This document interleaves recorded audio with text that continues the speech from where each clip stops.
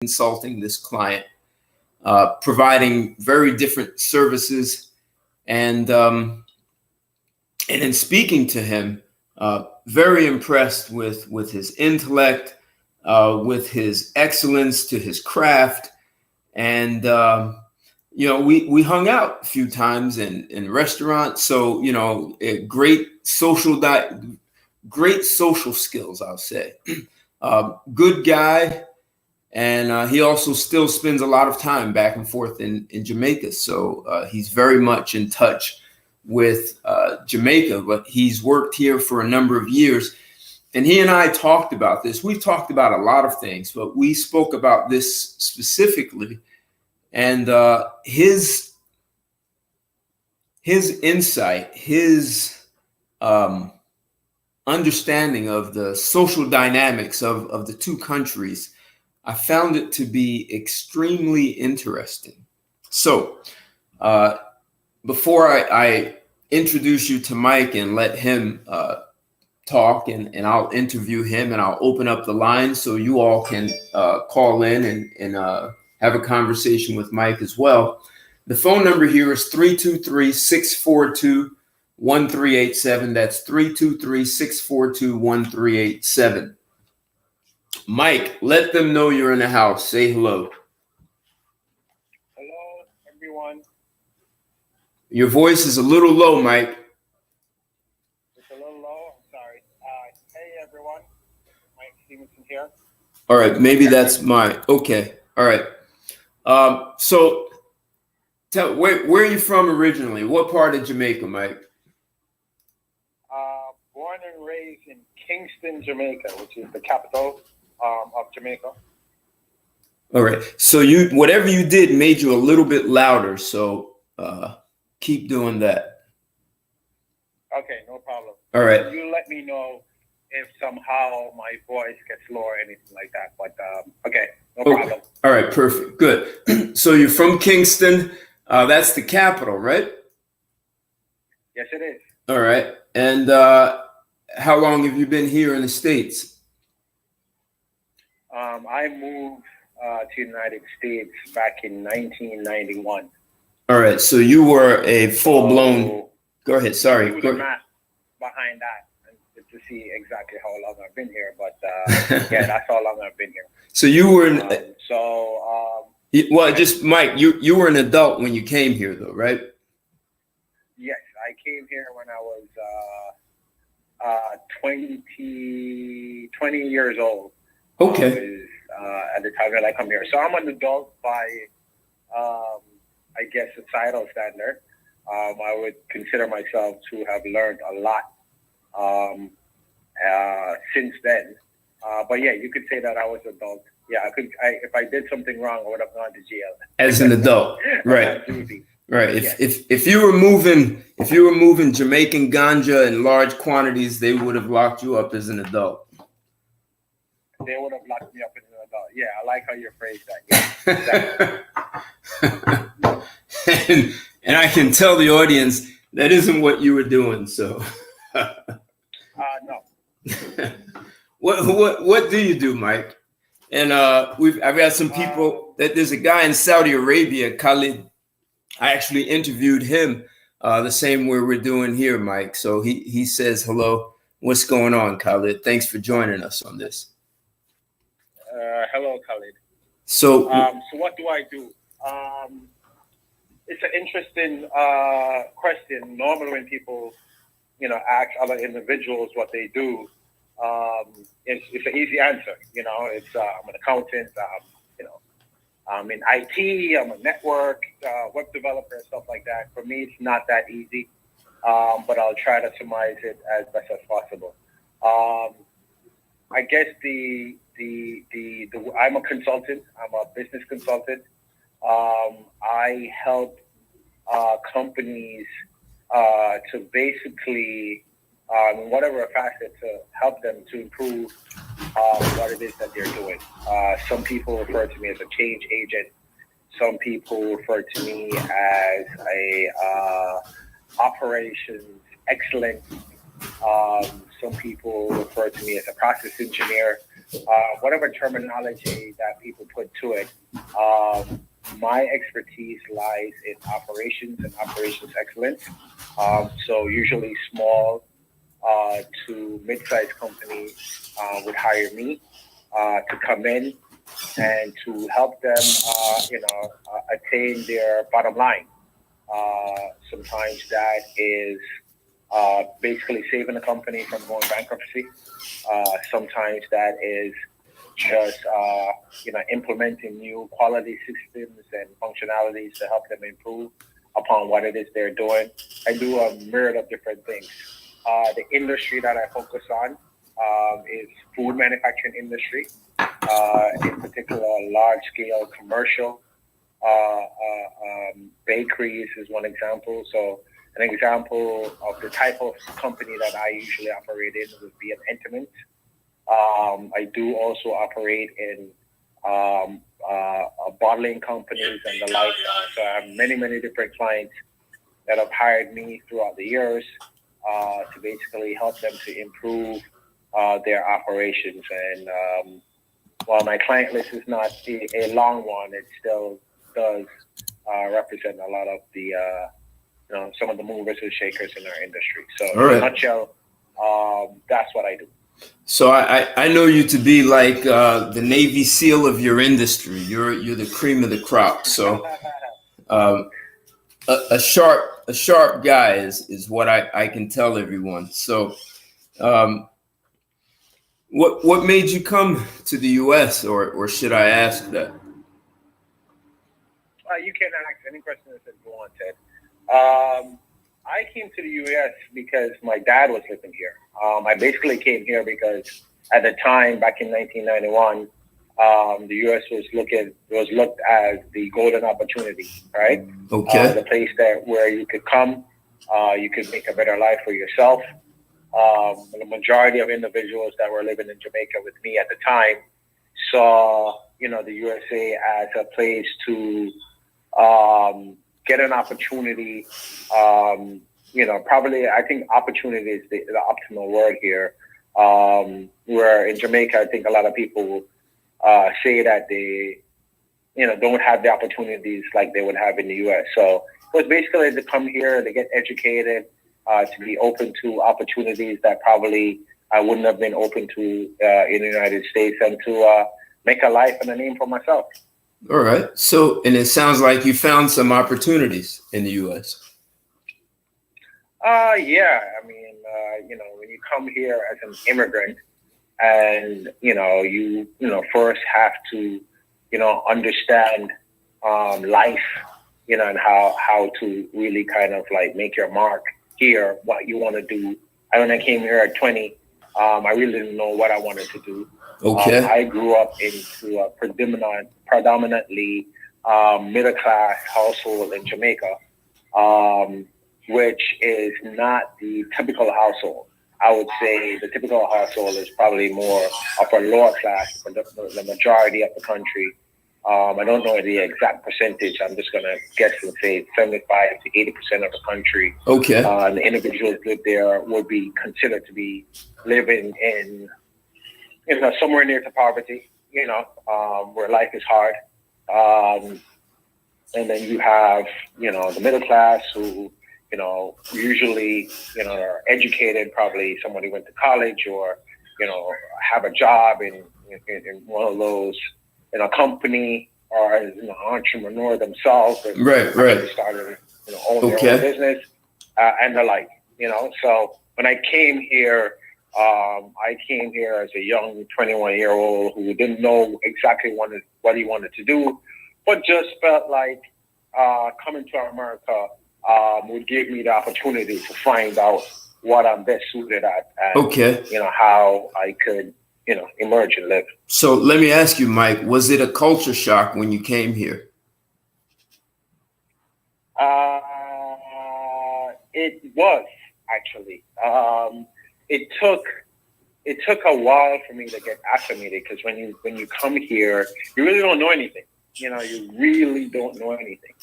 And the people, the language, even though I come from a country where they speak English, But when I came here, it felt like everybody spoke English, was speaking very, very fast.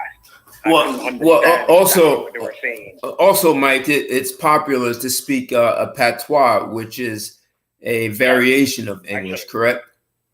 It's a variation of English. This is considered broken English. It's still English, but there's a couple of words that we use a little differently. Like instead of you saying "what's up," we say "what's up, going?" Which is what's going on. Right. So you add stuff, right? You just throw new stuff in there. So and it's interesting because even if a person who's fluent, a native English speaker, you could be speaking patois right in front of them and they wouldn't even understand you, correct? Yeah, that has happened.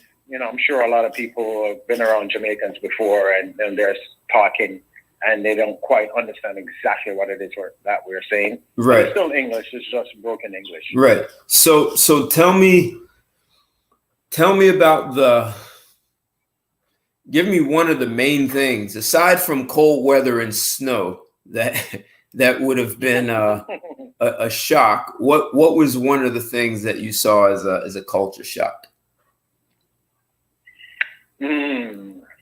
Aside from the cold weather. That's a good question. Well, besides from the cold weather, it was just how fast-paced the United States was and how independent you had to become. I felt like when I got here, I moved from a boy to a man literally in months. When I lived in Jamaica, there were certain things that I didn't have to do, that I live in the household. We had an assistant, someone who came in and would often prepare our meals or, do household chores and the like. I mean, I grew up in a household where I still had chores to do. But I wouldn't say that I was somebody who was burdened with chores in my household. Okay. You know what I mean? Right. So when you came here, you had to do it all yourself, right? I had to do it all myself. I had to immediately become a man. I had to, whether I knew what I wanted to do or not, I had to find something to do. I had to make my way in life. So right. When I came up here, the only education that I had at the time was high school. And part of one of the objectives for me, based on everything that I was taught as a kid, is that you go to school, go to college, get a good education, and then go and get a good job. So right. Good jobs would be a doctor, a lawyer, or something along that type of line, or working in finance, or the traditional jobs that people look right. at, as being the jobs that you need to attain to be accepted in society. Okay. So education in my household and really becoming somebody, was always stressed. Well, let me tell you, Mike, and I don't think a lot of people know this. During the time you were in primary and high school, the Caribbean and Jamaica specifically, definitely the Caribbean, was known as having the #1 education in the world. Mm-hmm. So the education system was really strong.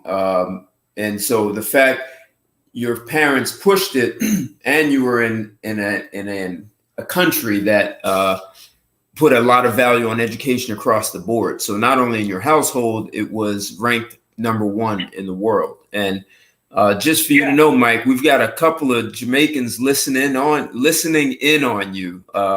We're on Instagram Live. We're streaming live on YouTube. And we're, of course, on Blog Talk on a podcast. And in a few, I'm going to let some people call in and engage you. But what I want to get to is, so great education.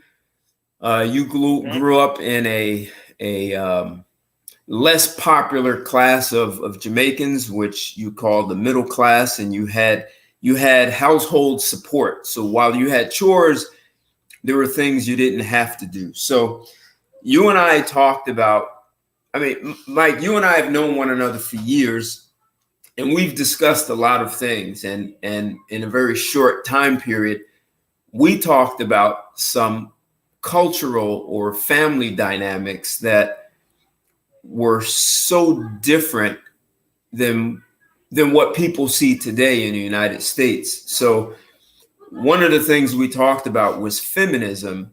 And I asked you, did feminism come in and take over Jamaica? And what were your thoughts about that? Which was a very good question.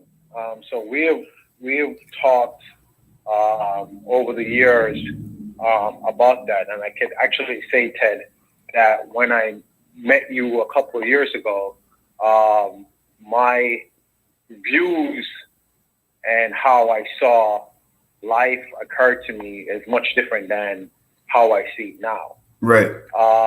But saying that, what I can say is that I never experienced a sense of feminism in Jamaica.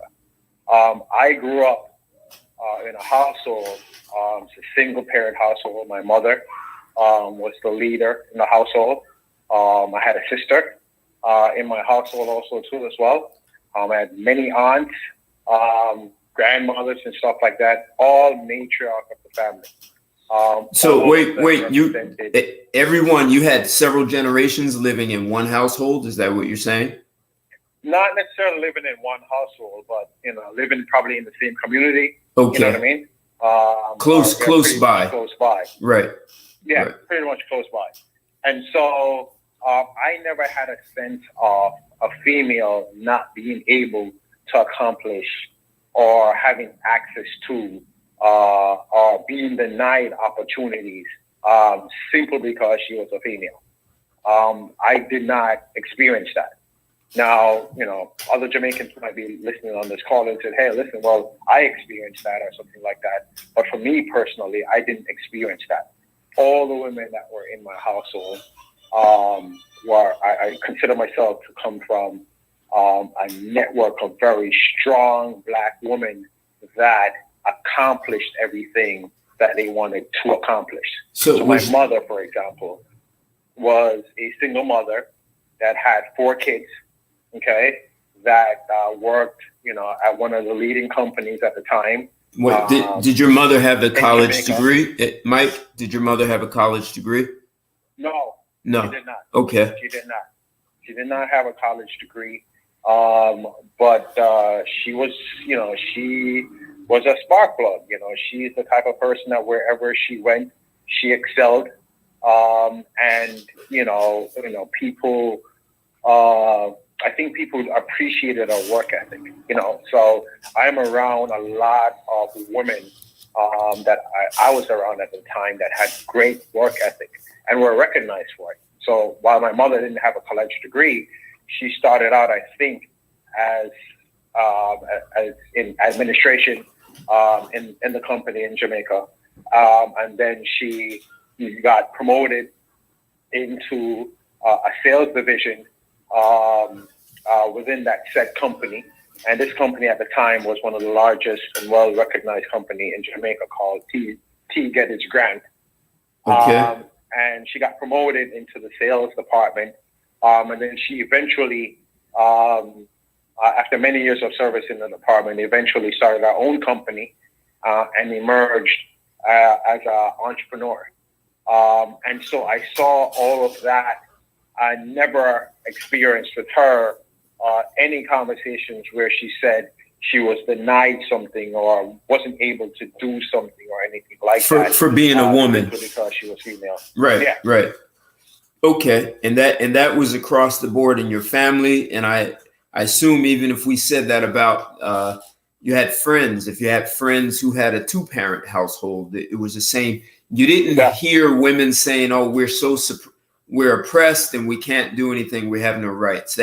That was not an occurrence of something that I experienced in Jamaica for me personally. So right, it might be there, but I didn't experience it. Okay, so in the 21 years you lived in Jamaica, you didn't hear that, and since then you've been back to Jamaica like a lot, haven't you?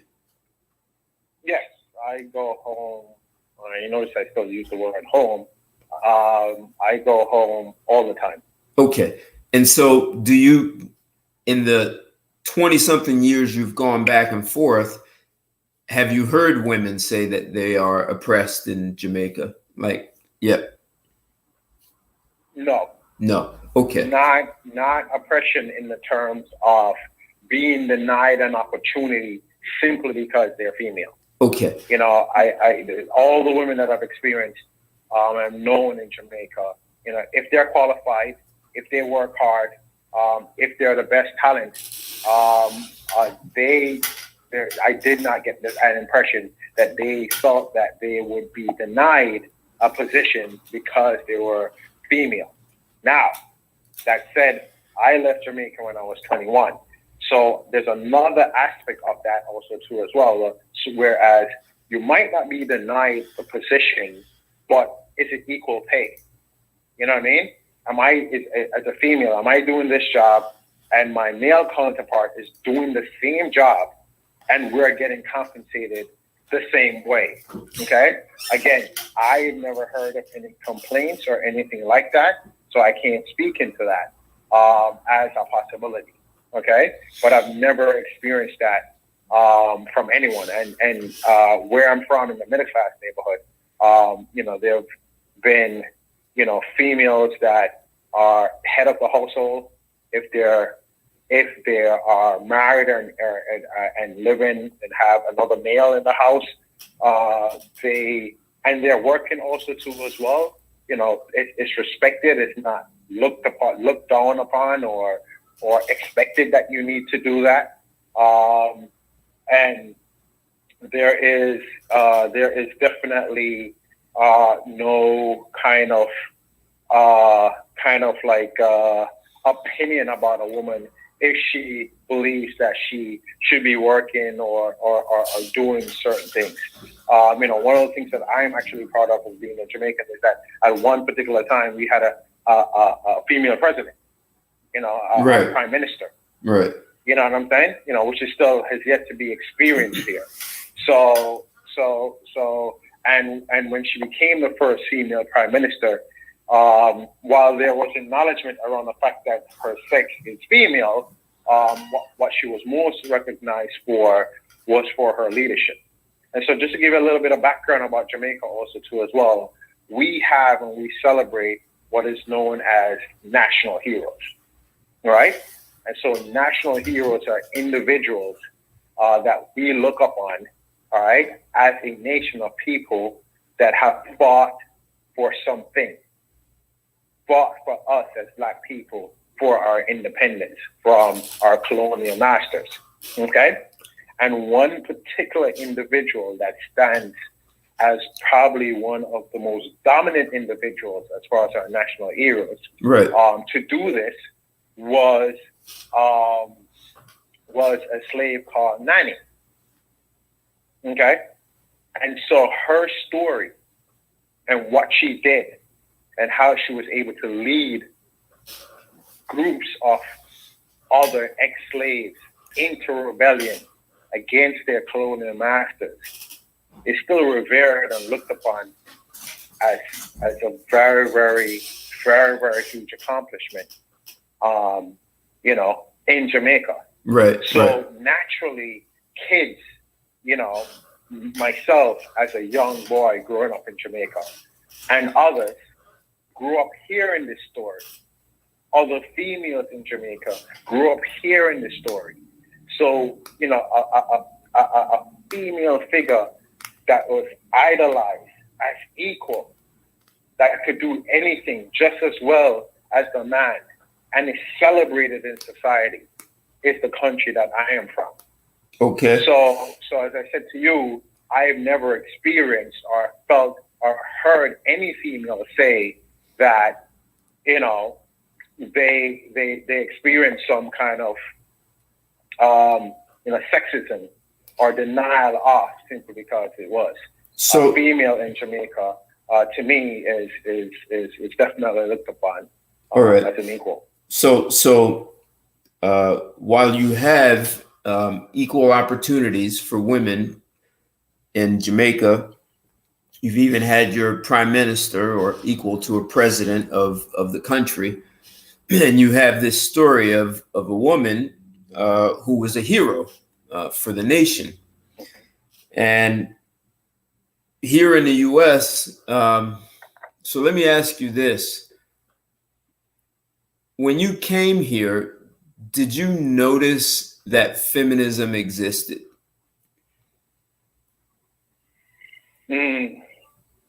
At some point, and I'm not saying the first day you arrived, but at some point, did you notice like some dissension between men and women in the U.S.? Well, when I came to this country, what I recognized, which I was not privy to living in Jamaica, was inequality, be it race, sex, or gender, or anything like that. I got a sense of that almost immediately, because these were the things that was prominent in society when I got here, and still prominent today. So racism, I had no concept of what racism is until I came to this country. Right. Okay. I had no concept of, again, certain things. So, feminism or females fighting for their rights and stuff like that. I had no concept of that until I came to this country. The difference between, and a significant difference between what a female is able to do or anyone is able to do, which again surrounds inequality. I never had that or experienced that until I came to this country. So when you, and I'm asking specifically about the philosophy of feminism in the battle of the sexes, was that a shock to you to see men and women engaged in a battle of the sexes? Everything was a shock. When you come here, you're not used to certain things. You know what I mean? Everything becomes a shock. You realize that, you're not home anymore. So what did you, do you recall what you thought of that when you saw like, wow, men and women are at war, like they don't like one. There's this feminism, there's a man against woman. It was the fact that the need to fight for something that should have been naturally given as a human being. Okay. That it wasn't recognized. You know what I mean? And there was the need to step out and speak about this, and that you had, significant females here that were, champions of leading this feminist movement, which for me, in essence, is equality. Okay. You know what I mean? It's nothing more. There's nothing less. It's just equality. Okay. So and maybe you've answered it. So if you were shocked by feminism and the lack of, and maybe the answers in my question. I was shocked by every ism here, just so you know. I was shocked by every ism. Okay. So my question is specific, because feminism is not limited to the United States. It's in Canada. It's in Europe. It's in several places, right? Mm-hmm. And a lot of people don't know the word feminism was coined by a French guy back in 1837. I could give his exact name if someone wanted it. And somehow Jamaica kept feminism out of the country. How do you think Jamaican men were able to keep that out of the country?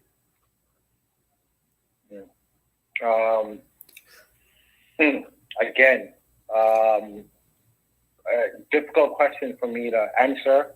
I am sure that while I didn't recognize or didn't see, again, a female's denial to be able to,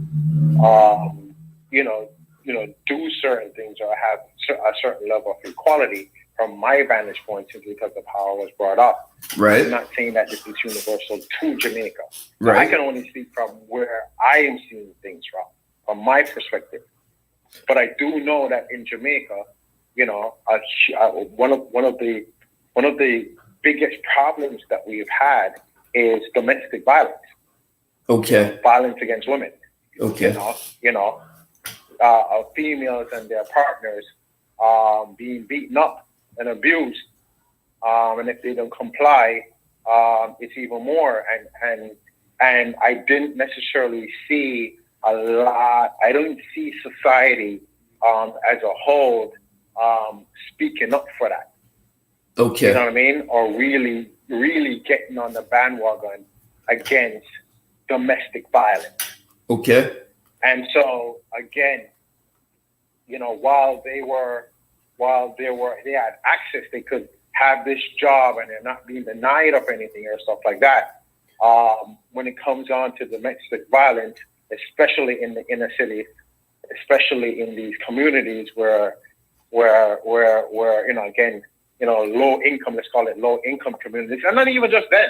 I mean, even in my community also too as well, as being a middle class and upper class. Right. I feel like domestic violence was something that had truly been addressed in Jamaica, and still it's not at the forefront. I feel like a lot of women have gotten abused and treated us in such a way. And so if there were truly a feminist movement in Jamaica, then that in and of itself would have been challenged. Okay. The status quo of that would have been challenged.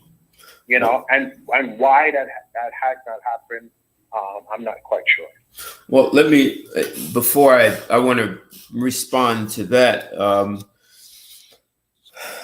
The Harvard Medical School found that 70% of domestic violence in the U.S. was actually initiated by women.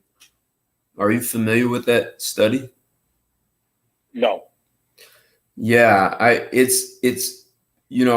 seems the way it's promoted is that men are brutes. And, I actually do another podcast and I had a divorce attorney on, and she's a staunch feminist. She told you that, she came on the show and said she was all about, women's rights and women's lib. And when I asked her about divorce and domestic violence towards men, that it happens way more, but it sounds like in here in the U.S.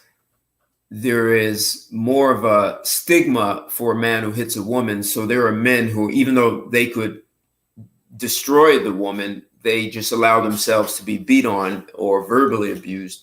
And in Jamaica, you don't have that stigma. So it would be interesting if someone did a real study around the world to see if domestic violence is always something that's 100% initiated by men, or is it 70% or 50%? But I think the way it's promoted to us as people, that we have an automatic that men are monsters, and yes, they are stronger, but I don't know if it's as cut and dry as it's been fed to us. Yeah, I mean, I get that standpoint. You know what I mean? I don't know who did the study at Harvard to say, hey, what it was perpetuated by or not. You know what I mean? I don't think that really matters. I think the fact that if you know yourself as a man, and you know that you're, you brought up the point of being, strength and overwhelming. Right. You know that you have the power to do certain things. Then, as a man yourself, you got to know how to use that power. Conflict resolution. And so, conflict resolution, because you have the power. You know what I mean? The person who exercises conflict resolution the best is the one who has the power, not the one that's being oppressed. Right, you know what I mean? And whether the person instigated or not, you know what I mean? You still have a responsibility to do that. Now, violence is violence. Yeah, female who are beaten up. Jamaican women are strong women. When I say domestic violence, doesn't mean that, she's not even fighting back also too as well. There's a lot of, violence is the thing, especially in the inner city where, right. It's there. You know what I mean? So, it's not like I'm going to sit here and say, Jamaican women are just walkovers and, anybody can do. No, absolutely not. You know what I mean? You have some people that won't fight back, and you have a lot of people who will. There's a lot of men walking around in Jamaica that have been scarred simply because they decided to engage in a woman in battle over it. You know what I mean? Right. So the causality of it is irrelevant to me. What I more want to speak of is the fact that the person who has the power, who's naturally stronger by nature, and their willingness to understand that and resolve the conflict outside of using force or discipline, So you would have a situation where a man might feel like this is how he controls his woman. And I give you another flip side also too as well. And I've met a female like this, right? Where in a physical situation, you know what I mean? And I've heard this more from inner city, women, or where the poverty level is high, right? Where if they don't get into a physical confrontation with their significant other, which results in some kind of a physical fight or whatever it is, they don't believe that man loves them. Yep. This is why I said, Mike, it's not always so cut and dry. He exercised this physical dominance over them is an affirmation of love. And that he knows how to handle it. And I'm not saying that it's across the board for everybody. Right. I'm just saying that is there. Now, if you start to kind of like look at certain situations like that, you start to see that it's really the individual, not necessarily, a group of people or whatever it is. It's how they choose to understand their reality and how they decide to kind of like deal with that. Because what I just said a while ago is not universal for everybody. It's just individuals. You know what I mean?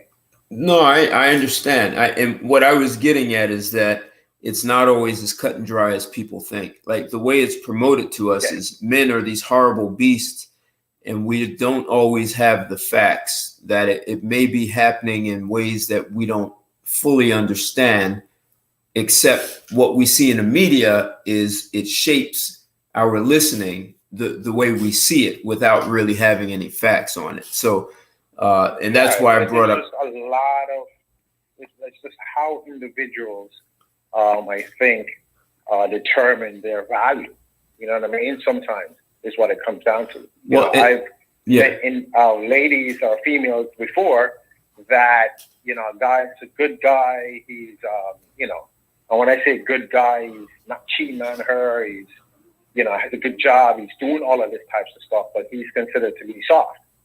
You know what I mean? You probably need more of a guy that is more rougher or, exactly. I don't know. I've had that experience, but I'm definitely want, if anybody's listening, to say that it's not universal to everybody. I'm just saying that individuals, both male and female, define their reality and their value in different ways. Well, it probably happens more than anyone wants to admit, and that's the problem. Mm-hmm. That's why I brought up the Harvard study, because Harvard is without question a legitimate institution, and it's just a study that's just not widely discussed. There are lots of studies. Hell, the U.S. is the first country in the world where boys and men are raped and molested more than women, and except you don't hear that either. Yeah, I mean, there's a lot of different things. I'm sure if there are any women listening on the panel, they would be the first to say, well, who did the study? Was it a study driven by men to prove a particular point? No, when you count prison, when you count prison in the military, the numbers are higher. I mean, if you just discard prisoners as though they don't exist, then yeah, you can say women are more. But when you look at across the board, for everyone living in the U.S., whether military, prison, or civilian, that it's the first country in the world where it's men are more than women, and there are more boys being raped. We just don't talk about it. It's recent that the media is showing them the amount of school children. But so I'm only saying that is we don't always get the full story in the media, and and there's a listening there's a picture that's painted, which doesn't allow us to actually sit down and work things out with people, because we come with preconceived notions that we already know. So they're just but is that's, more that's digging. universal to everybody. Everybody does that. You know what I mean? It's what is there. The reality of the situation is that you're always going to be coming with some kind of a preconceived thing, because 9 times out of 10 for most people, the past is a good indication of what the future is going to show them or be. So if they come up and, you know, their history of certain things is as such, you know what I mean, then whatever it is that they see coming to them is already, you know, predisposed on what the past tells them that this is the likely outcome. So, you know, once you start to kind of separate yourself from those types of, well, first, once you understand that this is how you are, like all human beings are like, you know what I mean? They, you know, white person see a black person coming down the road and walking on the street, they have a preconceived notion. Where did that come from? It came from media and everything else saying that this is a threat coming to them. So in reality, they are actually reacting to something that they already think is happening. You know what I mean? So that is the natural state of all human beings, not just male or female.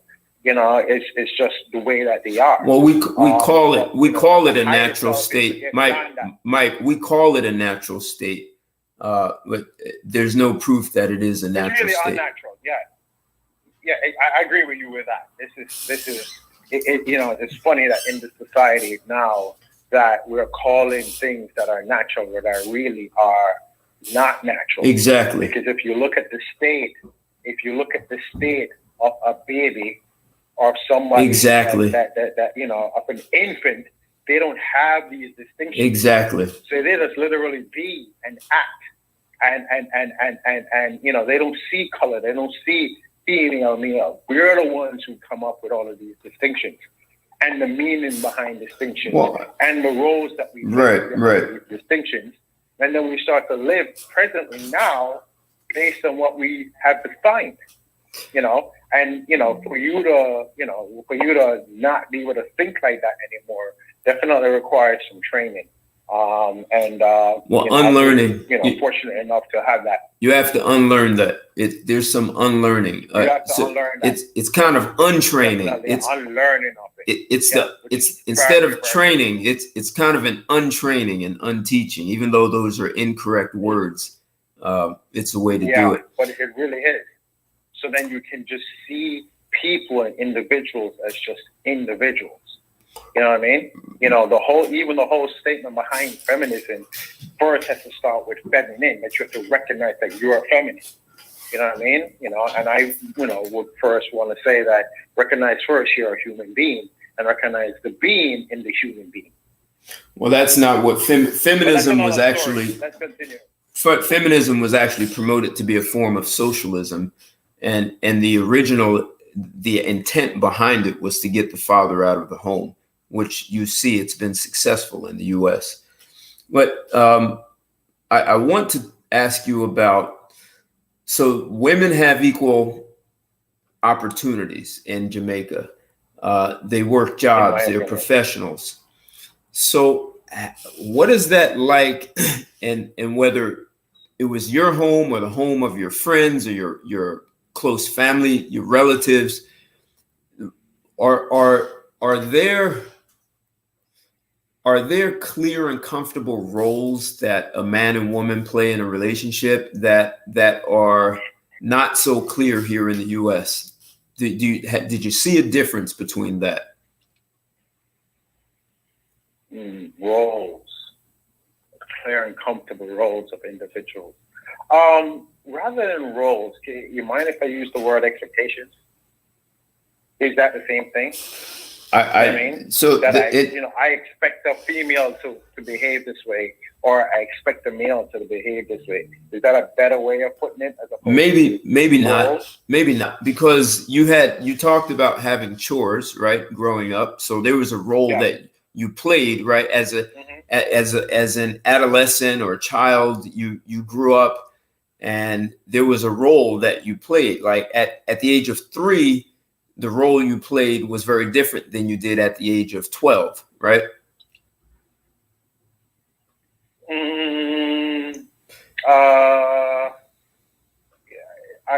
I want to say yes, but I can't.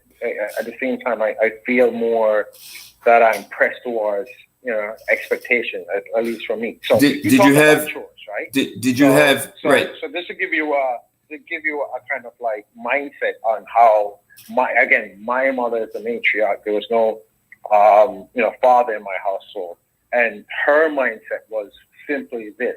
Okay, as a male, you must learn to be independent.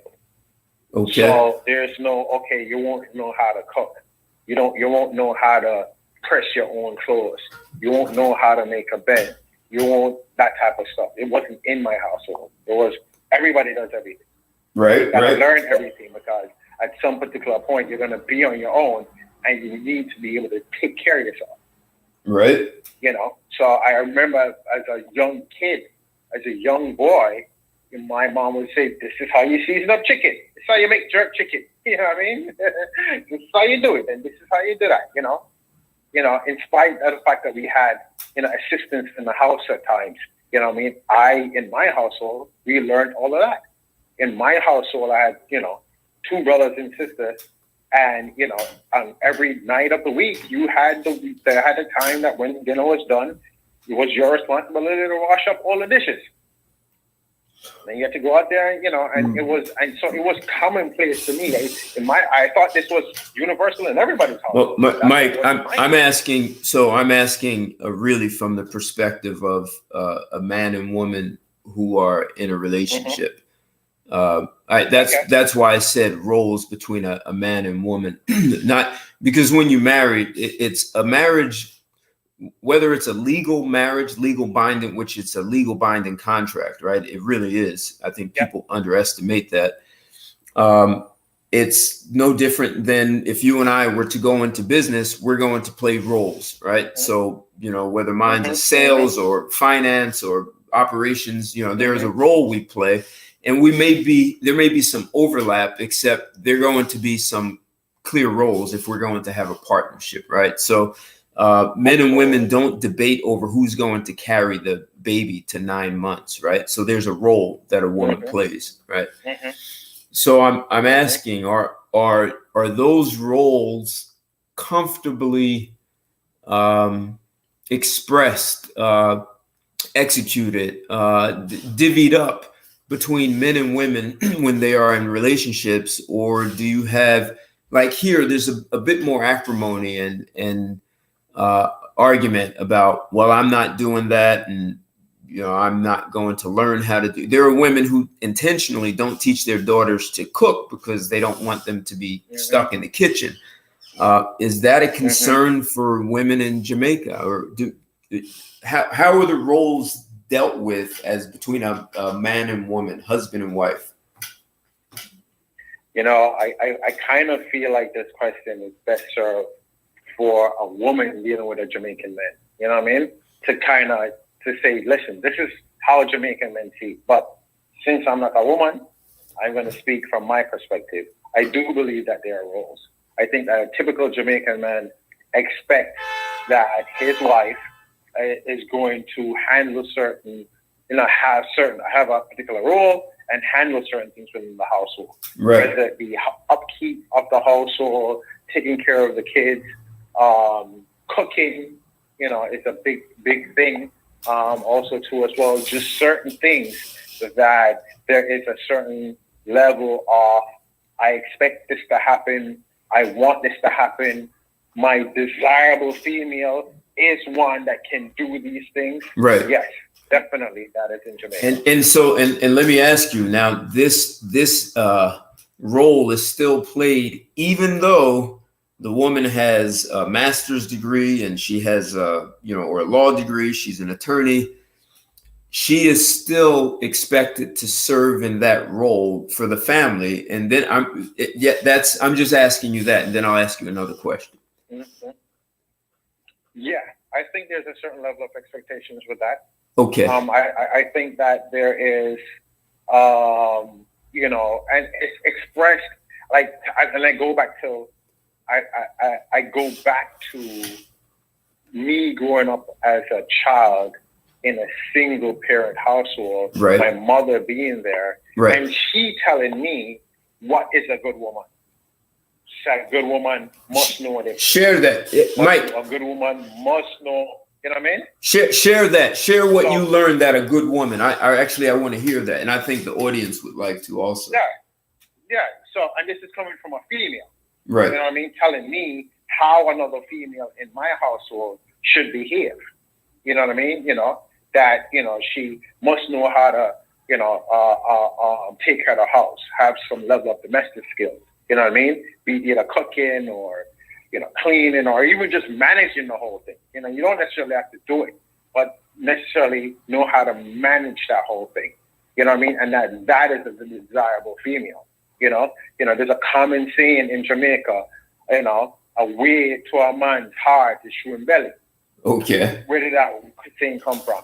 It came from the fact that it's saying to women, if you want a man and want to keep him, you must know how to cook and feed him. So let me ask you something with that, Mike. So if your mother's telling you these are things that you would look for in a good woman, how would you know? You meet a woman, she's beautiful, she's smart, and you've been told she needs to be able to take care of the house.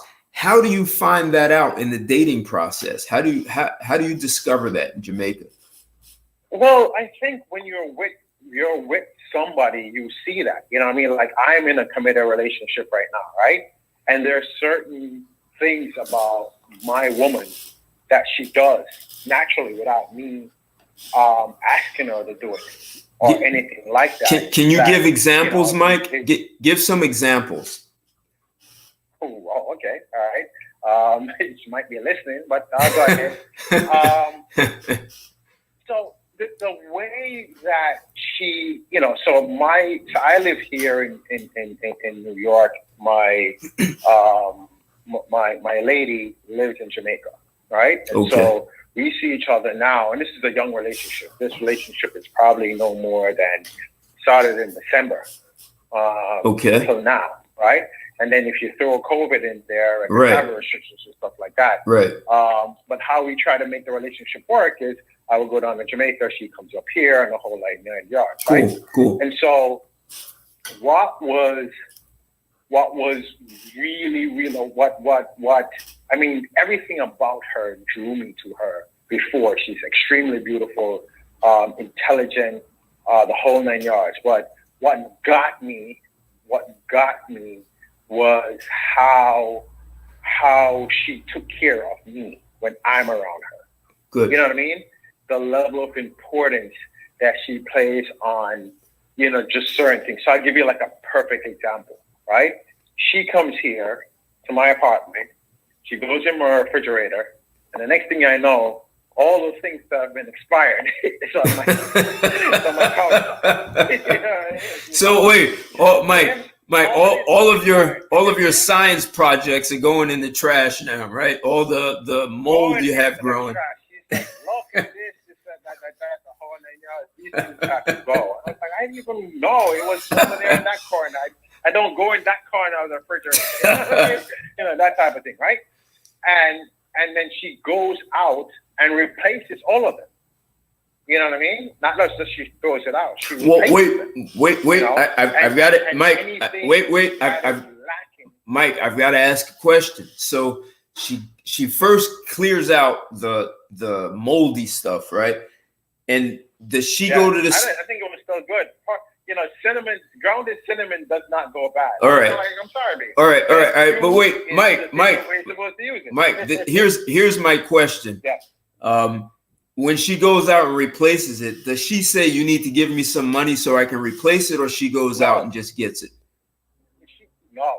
She's never ever asked me for anything. In fact, I give her money and I specifically say to her, listen, buy stuff for you. I'm good. She comes back and half the stuff is for me at my apartment. I was like, I don't even get it. But so she's just naturally a certain way. She's like me in business. You know what I mean? Whatever I see that is abnormal or needs fixing, you handle it. I take the actions to correct it. Okay. She does that also too as well. So Mike, all of those things. Hold on. I want to bring in some callers because I have quite a few people holding. We have quite a few people in the YouTube chat. We've got Charles, we've got Chris, Legatus, Levi, Alan Cush, and I think some other Jamaicans, Judith Madri, Coulette. We have some Jamaicans who are listening in. So thanks for joining us. Thanks for checking us out. And I have some people listening. But so, Mike, the sort of care that you're talking about, like she walks in, you don't ask her to do certain things. And listen, I've dated Jamaican women, and I saw the same thing. Dishes in a sink, she just goes and cleans them. She doesn't even ask me anything. She just washes the dishes and they're done, right? So I get that. But the question is, you've dated women who were from the U.S. Did you see that same sort of catering to you from women who are from the U.S.?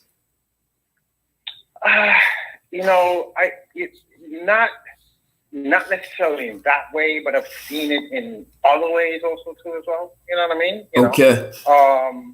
So for instance, I've dated a woman that she would not necessarily, come into my house and do that, but she would have no problem picking up the check.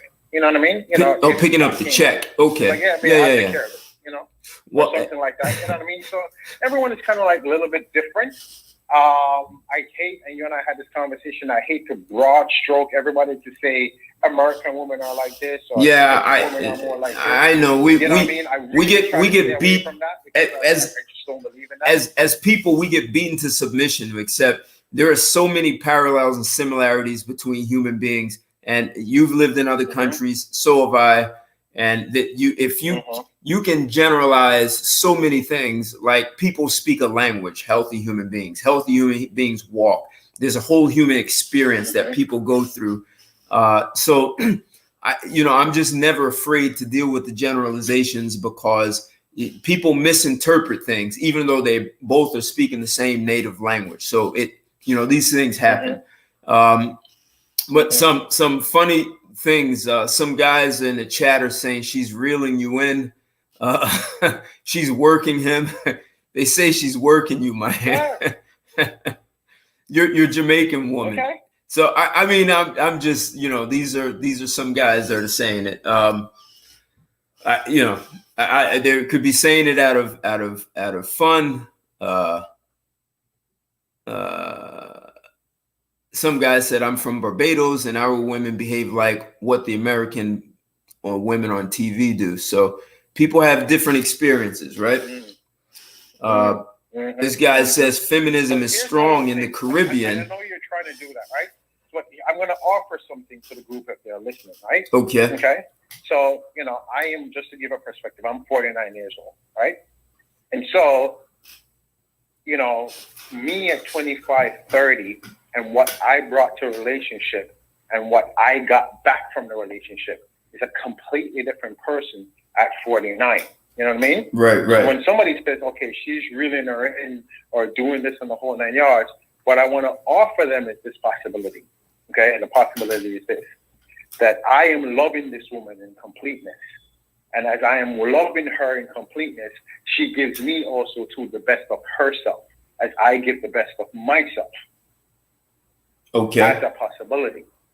Now we can choose whatever possibility that we want, just like the young guys or whoever it is on the phone saying, hey, this is what's happening to me, that. You know what I mean? That could be a possibility, but that's not the reality that I chose. Right. You know, and maybe, just maybe, I didn't get this before because I was not treating a woman the way that I am treating her now. Okay. You know what I mean? Because I wasn't mature enough. I didn't come into my full sense. So I didn't get this level of care and get this level of abandon because I wasn't willing to give it before. Now there's a complete abundance with me. And so there's a different reality that I experience. All right. So and who knows what the future might be. I'm not really worried about the future.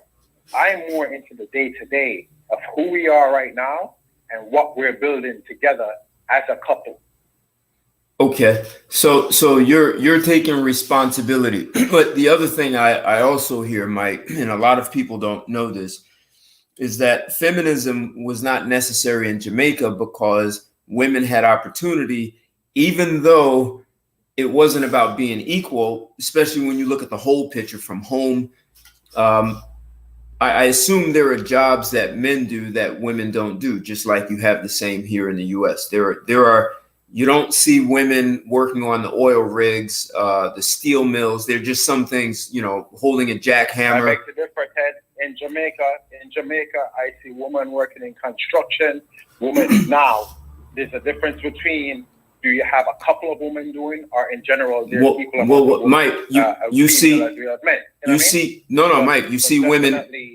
I'm asking you a question. Do you see women handling a jackhammer in Jamaica? Listen, I have seen women in every single. No, Mike. Have you seen women handling a jackhammer? Yes. Okay. Yes. All right. You know what I mean? Or on the construction site. Well, yeah, we have women on it. Listen to me. Hold on for a second. There might just be one or two females, right? You know what I mean? And maybe there's other opportunities for them to go to do other things that are less inclined. But I do know that the opportunity is there, that if you can swing an axe, if you can make a money, if you can bring something to your household and you can do the job, then yeah, listen, the job is here for you. You know what I mean? It's not going to be along the lines of, I understand that. She's not going to come in here because she's a female. Listen, Mike, the guys that Mike, with her, I understand that. And there are, I've never heard of a woman handling a jackhammer in the US, and maybe there are some. And I say that because there are even guys who are not good at handling the jackhammer. And I'm not talking about a skinny, wimpy guy. I personally know a guy who he's really strong and he loved handling the jackhammer. It was part of his workout, you know, out of the gym. Yeah. And I hear about working on the oil rigs, guys losing their lives on the oil rigs. I've never seen a garbage woman, you know, the sanitation worker picking up the garbage, you know, cans and dumping them. And maybe they exist somewhere. But so I'm only saying there are some jobs you just don't see. You don't see women filling those positions. If you look at the population, right? You know, I mean, and you're looking at the population and you're saying it's a very small sample group of women that actually do these things. You know what I mean? Right. You would say in general the population doesn't do these things. You know what I mean? But the question is that's not the question. The question is, are they barred from doing it because you're a simple female?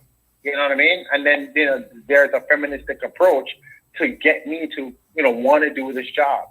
I would say that doesn't exist in Jamaica. If you can do the job, you get the work. Yeah, but that's not necessarily the job. That's Mike. That's actually not where I was taking what I was saying was that you have equal opportunity for women. And there are some dynamics, and I was just giving an example, right? There are some dynamics where you are more likely to see like 100, anywhere from 95 to 100% of the time, you're going to see a man in certain roles. That's what I'm saying.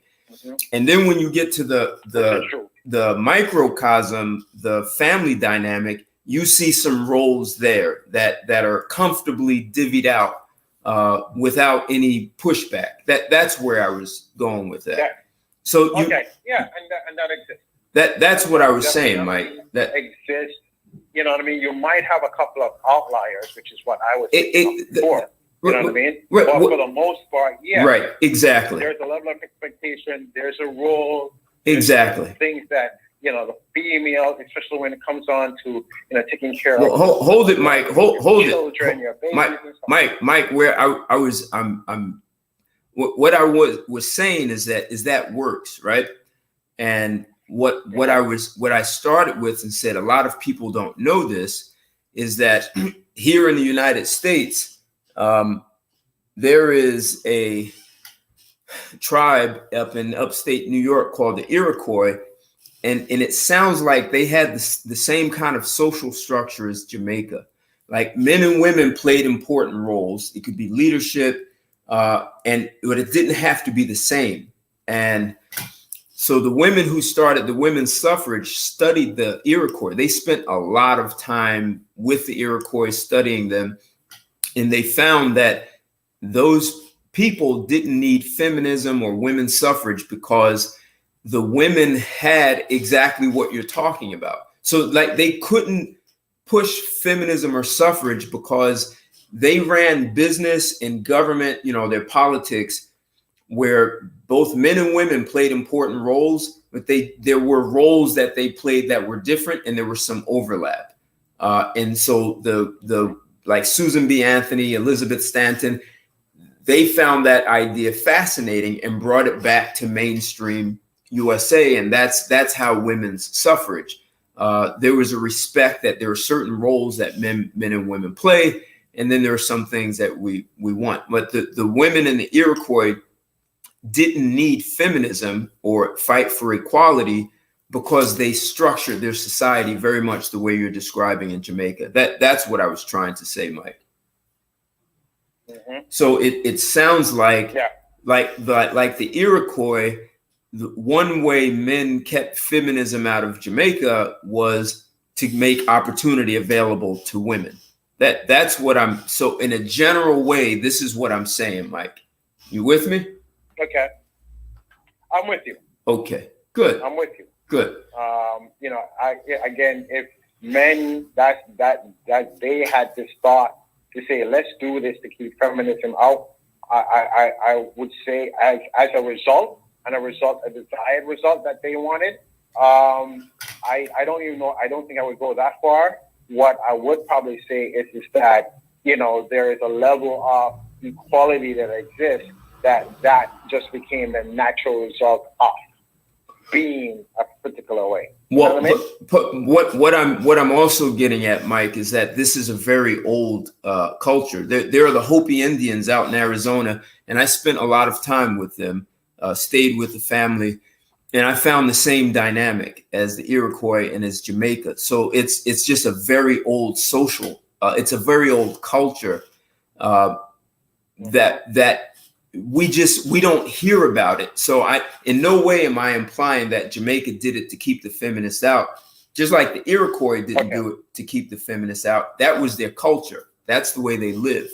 Yeah. So yes, I would say that this is predominantly our culture. Right. I mean, this is the way that we will live. This is the way that we, were taught through generations coming up. Exactly. Those are things that were there. So and at the same time, there were expectations that you had from a woman, and she had no problems, and there were expectations she had for a man, and you had no problems fulfilling those, and it worked, right? Yeah. Okay, so let me bring in. I'm going to bring in two callers, Mike. One is at area code 870. 870, you're live and on the air with Straight Talk, and I also brought in 848. So 870, what's your name and where you calling from? Good evening, gentlemen. This is your boy, Kendrick Harris, out here from Proctor, Arkansas. Hey, Kendrick, thanks for calling, man. How are you? Hey, Arkansas. Hey, how you doing? And hold on. 848, what's your name and where you calling from? Yeah, this is Santos, and I'm calling from New Jersey. How you doing, Dad? This is Dwayne Santos calling from New Jersey. Yeah. What's going on? How you doing? Hey, man, what's going on? I'm doing all right? Just on the road right now. All right. Hey, hold on. Hey, Dwayne, hold on. I want Kendrick. Kendrick has been holding for a long time. Do you have any questions for Mike, Kendrick, or something you want to say to him? Yes, I was liking to know, Mr. Mike, what are some of the dynamics dating and courtship like in Jamaica? In particular, how will an American man be accepted with the black culture in Jamaica? Could you repeat that question again, please? I want to make sure that I get it. I was saying, what are some of the dynamics of courtship and dating in Jamaica versus with a black man from the States going, dating with one of those Jamaican girls over there? Mm-hmm. Okay, what is the dynamic of this? So, my question to you, are you currently trying to date a Jamaican woman? At the moment, I am kind of curious to date one. You're curious to date one, so you want to understand what is the go-to thing, right? Yes, sir. Well, it's funny, right? If you talk to a good portion of society, one would say that, and depending on where this particular Jamaican woman is from, they would say, well, first thing is you got to have money. You have money and you have this and that, and they'll make it into an economic thing. You know what I mean?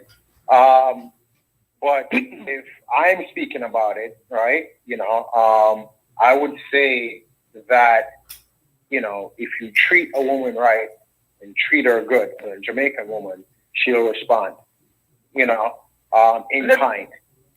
Let me ask you. So I believe that if a female, if she finds you to be integrity, you know what I mean? Integritas, I should say. As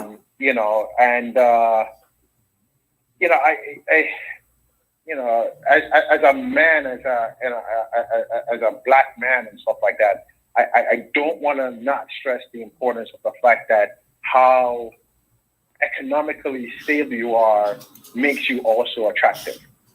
Okay? I don't want to not necessarily put that out there. I think that's definitely a good portion of it. But I think also, too, if you treat her good, you know what I mean? And by saying treat her good is be your authentic self with her. You could have and experience some really great things with her. The reason why I brought that up, because I am out here in the rural. I'm a rural person. So I do have some upbringing in the agriculture and farming. So I really would like to meet somebody from rural Jamaica, if that's even a possibility. That's always a possibility, And I would say this is just from experience, as I said, and I said to Ted before, I don't know if you were listening. I don't like to generalize, about women.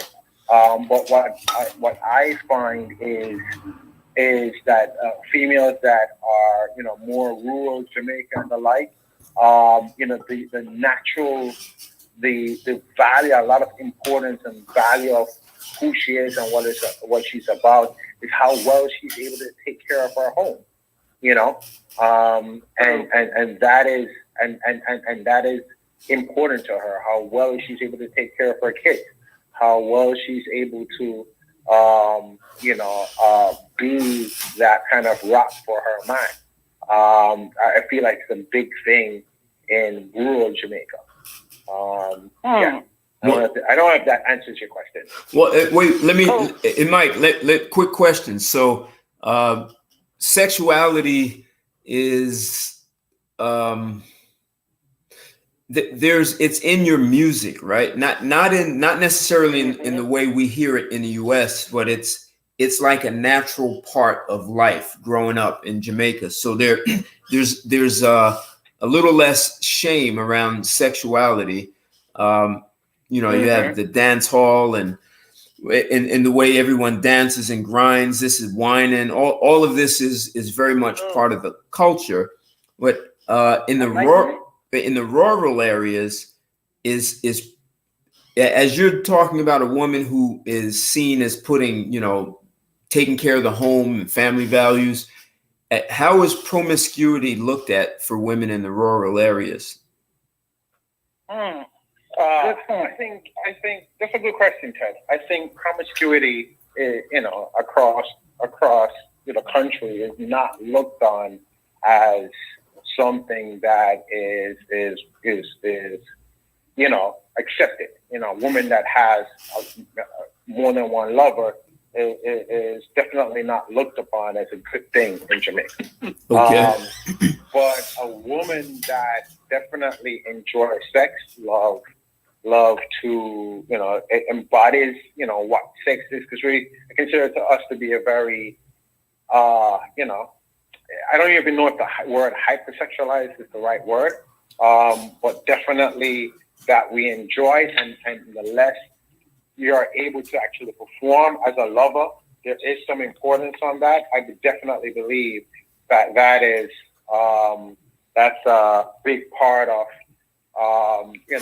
a Jamaican woman. So yeah, if you can provide all the necessary things from an economic level, and the sex is also good as well, then that's something going. Right. So as a Jamaican woman, you can have a ferocious sex drive. It's just not with everyone in the neighborhood. It's with that one guy that you've chosen to be in a exactly. And as a Jamaican woman would say, it's taking care of our man completely, not just, not just the home wise and doing that, but everything. You know what I mean? Right. So that person, so that person doesn't have to leave home. You know what I mean? And go seek somebody else. For what he can do in the house. No, you know what I mean? Great. Confirmation, Mike. Wait, Kendrick, did you have one more question, or did he answer it already? That's pretty much the confirmation, because I'm with Mike there, because if you take care of what's going on at home, you really ain't got no business out there in the streets looking for what you already got at the house. Right. That's how I'm looking at it. I'm in agreement with this. Yeah, so there's the importance of taking care of your house. Not having your man wanting to leave the house to go for something that you can provide. No, doesn't necessarily mean, I'm sure a lot of Jamaican women could say, I could do that, and he still goes out there to look for something. You know what I mean? That's a whole another level of conversation. But we are talking about, you asked me the question of what you feel that she would need. And I feel like those types of things, to love her, to respect her, to be a support, economically and psychologically also too as well. If you all connect sexually also too as well, and have that dynamic connection, that also works as well, to make that whole thing complete. I'm gonna be honest with you, Mike. In your little story about the submissiveness that you was received, that's the kind of thing right there that the typical black man in America go back to the cotton field and work like a Hebrew slave to come back home to right there. To have what you talking about getting. That's a man's dream right there. That's a man's dream right there, right? Yeah, to have somebody that's submissive. Yeah, and I kind of feel like, whatever it is, two people go into a relationship, there is an expectation. You know what I mean? If anybody says there's no expectations, they're lying, I believe. There's some level of expectation that exists. And based on that expectation that exists, I guess the more that you are able to fulfill those things, the better it is that it is. Like for the lady that's in my life, you know what I mean? She's beautiful.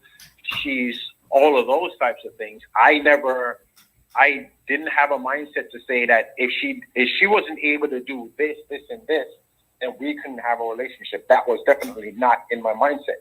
But when I saw that when we were together and how our relationship was evolving, what she did, just because of her and just, her being herself, and how much I enjoyed and complimented and appreciated all of that, definitely it was something that was, I definitely welcomed.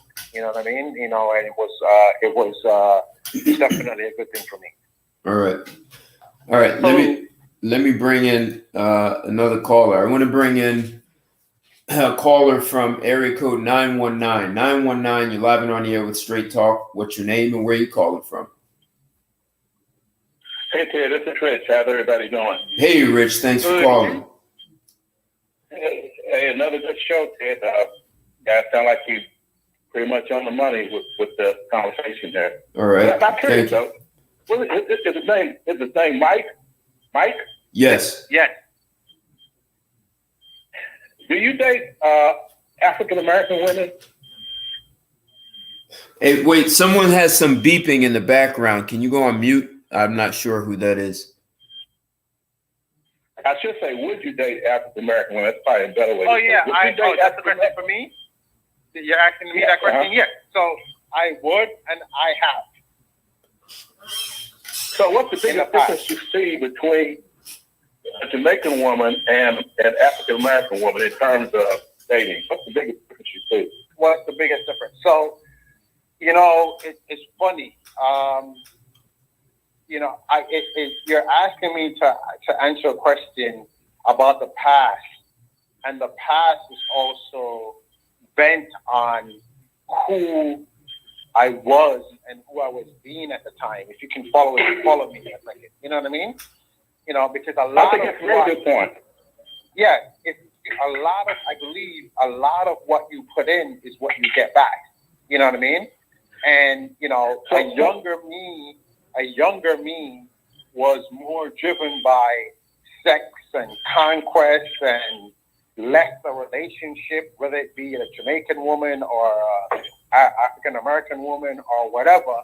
And so I was being a specific way with a female at that time. And so what she gave back to me was who I was being with her. So honestly, I can't say that if I look back in my past and I go and say, well, African American women all behave this way, all right, and this is how they are, because I know what I was bringing to the table. You know what I mean? You know, was not necessarily what I would bring now. You get what I'm saying? So if you want to get I get what you're saying. So I guess the question would be the Mike today, could you date an African American woman? Yes. And the reason why I could do that is simply because of who I am and and how I am with the women that are in my life, or the woman that's in my life. You know what I mean? You know, I consider myself that, you know, in relationships, because it's now what I want. I want not just a physical connection with a woman, but a spiritual connection with a woman also too as well. So if we're not in the same alignment as we are dating, then I would recognize that, she would recognize that, and probably wouldn't go anywhere. Talking about the Mike that you're speaking to right now, you know, because I know exactly what it is that I'm bringing to the table. You know what I mean? And that I'm going to bring to the table because, when I met Ted, he said something to me that always stuck with me, right? And he said, I want something extraordinary, right? So the only way that you can have something extraordinary, you have to be extraordinary. You have to be the person that puts that in order for it to be extraordinary. You know what I mean? So when I give you a little backstory, all right? Hey, hold it, Richard. I think the beeping is coming from you. Do you have some beeping going on in the background, or is that you, Mike? No, it's not me at all. No, it's not me. Okay. No, it's not me. All right. Do you all hear it, or is it just me? I hear it. I know it's not on my side, but and I can't put myself on mute. Okay, no, but go ahead. What were you going to say, Mike? Go ahead. Yeah, Richard, so when I talk about being extraordinary, right? So when I met my lady years ago, okay, and 15 years ago, we didn't connect then. And then we finally had the opportunity to connect over the Christmas, right? And I literally, when I connected with her, it was 2 days before I went down to Jamaica, right? And so while we were talking and we were getting to know each other in the whole 9 yards and just really just evolving, you know, and I told her, I said, hey, listen, I'm coming down to Jamaica. She's like, why are you coming down to Jamaica? I'm like, yeah, I'm coming down to Jamaica like 2 days. And she's like, are you kidding me? I'm like, yeah. We're thinking about that in the whole 9 yards. And, you know, I was in the mall, right? And I was just like, you know, I'm going to get this girl something. Now, this is a girl that literally I have never, I mean, you could reasonably say this is us re-meeting each other for the first time. And from that 2 days, I was just like, I want to get her something. And I tell you why, right? It came from the idea that I was going to go to a family celebration on Christmas Eve, where my friends and family and everybody's going to be there, right? And we're all going to be doing a gift exchange. And I simply just didn't want her to be there. And everybody else is doing a gift exchange, and she didn't get something. That's all, right? Now, 2 years ago, Mike, whatever it is, would not be thinking about that. All you'd be concerned with is getting down to Jamaica and having sex and, you know what I mean, and this and that. I wouldn't even think of something like that.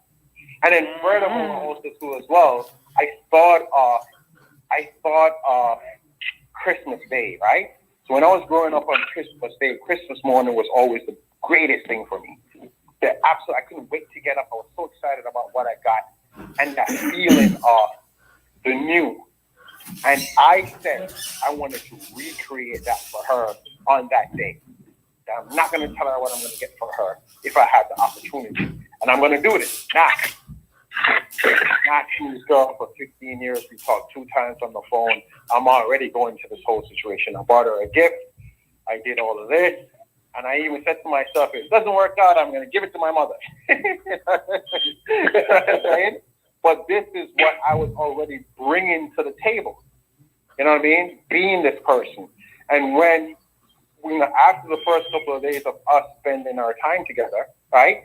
And, you know, on Christmas morning when I gave her my gift and we just had this great morning, what I appreciated was what she said. And she said, you know, in life, they say you're not supposed to have what you've always wanted. You're not supposed to have it. And I see with you, Mike, everything that I always want. Mike, I'm going to... I said all of that to say this is what I brought into the table. And I wouldn't have treated another woman like that before that way. So I don't know if American woman responded to that. Mike, so no question, you've gone through a lot of transformation. Here's the question. Have you, and you really can generalize, right? Because if you dated a woman from the Dominican Republic, generally she's going to speak Spanish. You can generalize that, right? So, and you know, I've dated a woman from Dominican Republic. Right, exactly. So can you, are there some differences, right? So culturally, U.S. and Jamaica is not the same, even though they are both former British colonies, and we both speak English. And as you said in the beginning, there's a patois that you probably spoke more than English before you came here, even though you were fluent in English. So have you seen any differences culturally between the women of Jamaica and the Black women of the U.S.? Culturally. Okay.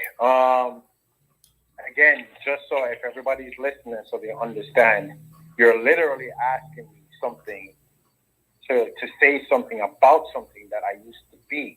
You know what I mean? That's okay, Mike. You can put a disclaimer. Put a disclaimer in there. This is how I saw it in the past, but they're asking you. Okay. So this is how I saw it in the past. If you're asking me, okay, this is what I saw. This is how the world occurred to me. Okay, this is what I was told. Okay, American women are, you know, they're not necessarily gonna be as, and especially when we talk about American women, right? Is that we're talking about American women in New York, where I am. You know what I mean? Not necessarily in the South. but where I am and who I met and who I dated were more, they're not necessarily interested in taking care of the household or being maternal in that respect and the like, and didn't necessarily share the same wholesome homemade values that probably I grew up with. And henceforth, there was this idea to not really date American women. So while I've dated American women in the past, I can honestly say that I have not dated a lot. Dated Hispanic women, I dated Caribbean women. Actually, I dated a lot of them. I dated white women. I would, if I had to generalize based on how I saw before, they are not necessarily have the same kind of appreciation for a household that maybe a Jamaican woman or a Caribbean woman would naturally have. So the possibilities of them not being an ideal match for me. Does that answer your question, Richard?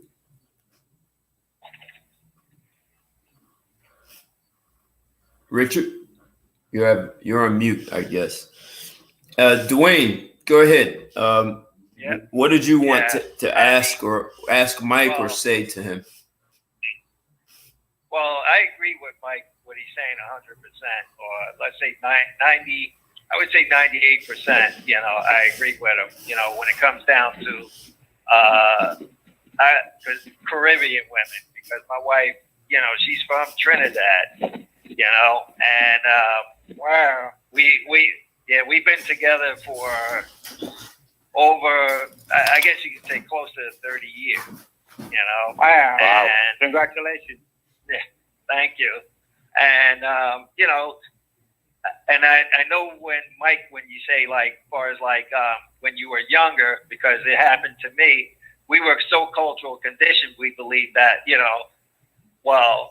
they said if you dated somebody from the islands, they just want to get their citizenship or, they're a certain kind of way, just like they stereotype when they said if you date American men, we're a certain kind of way, I know when my wife came here to this country and we met and we dated, and she didn't think she was ever going to date American man because, of what she heard, grew up, hearing about American men. But the one thing I got to say, and her father, before he passed away, we went to Trinidad. My wife made breakfast for him, right? And my mother-in-law went out to the market. And when she went to serve him breakfast, he was like, I'm not going to eat until your mother get home. To me, he set the bar high. I was like, personally, if that was me, I would have ate breakfast, because I don't know when she's coming home. It can be a couple hours. If you know my wife, she likes to shop,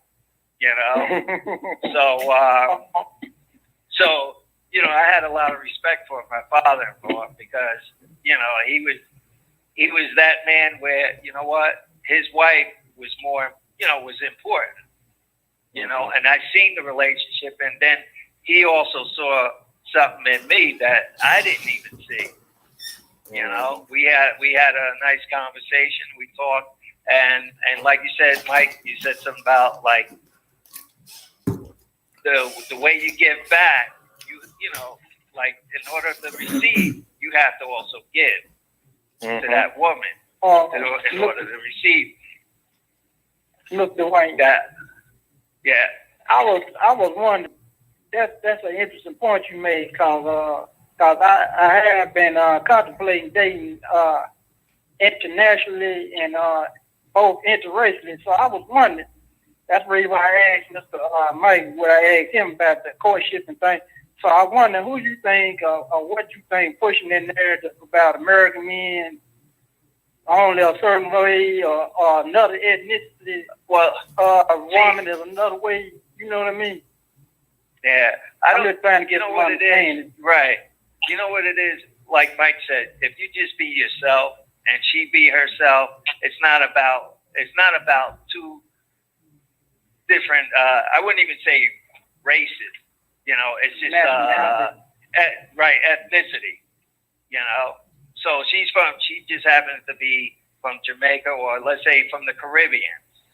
You know, she's from the Caribbean, you from the United States. But, you know, you got to have a little sense of humor, because I know when me and my wife met, and I told her I was from the islands, and she was like, "What island?" And I told her New Jersey. You know, so you got to have a little sense, have a little sense of humor. And I just think that if, you just be yourself, and if she's into you and you're into her, it's going to work. Now, if she's not into you, or you're not into her, it's not going to work. You know, so and I think you would know, when two people meet, if they like each other, because you pretty much do anything. I don't like going to the mall, but when I met my wife, she's like, "Let's go to the mall." Okay, I went. Hey, I'm going. Yeah. Right. Okay. I think definitely. I think you being your authentic self in a relationship, a person is going to see you for who you are, right? The core of you, the person of you, and that's what they're going to love.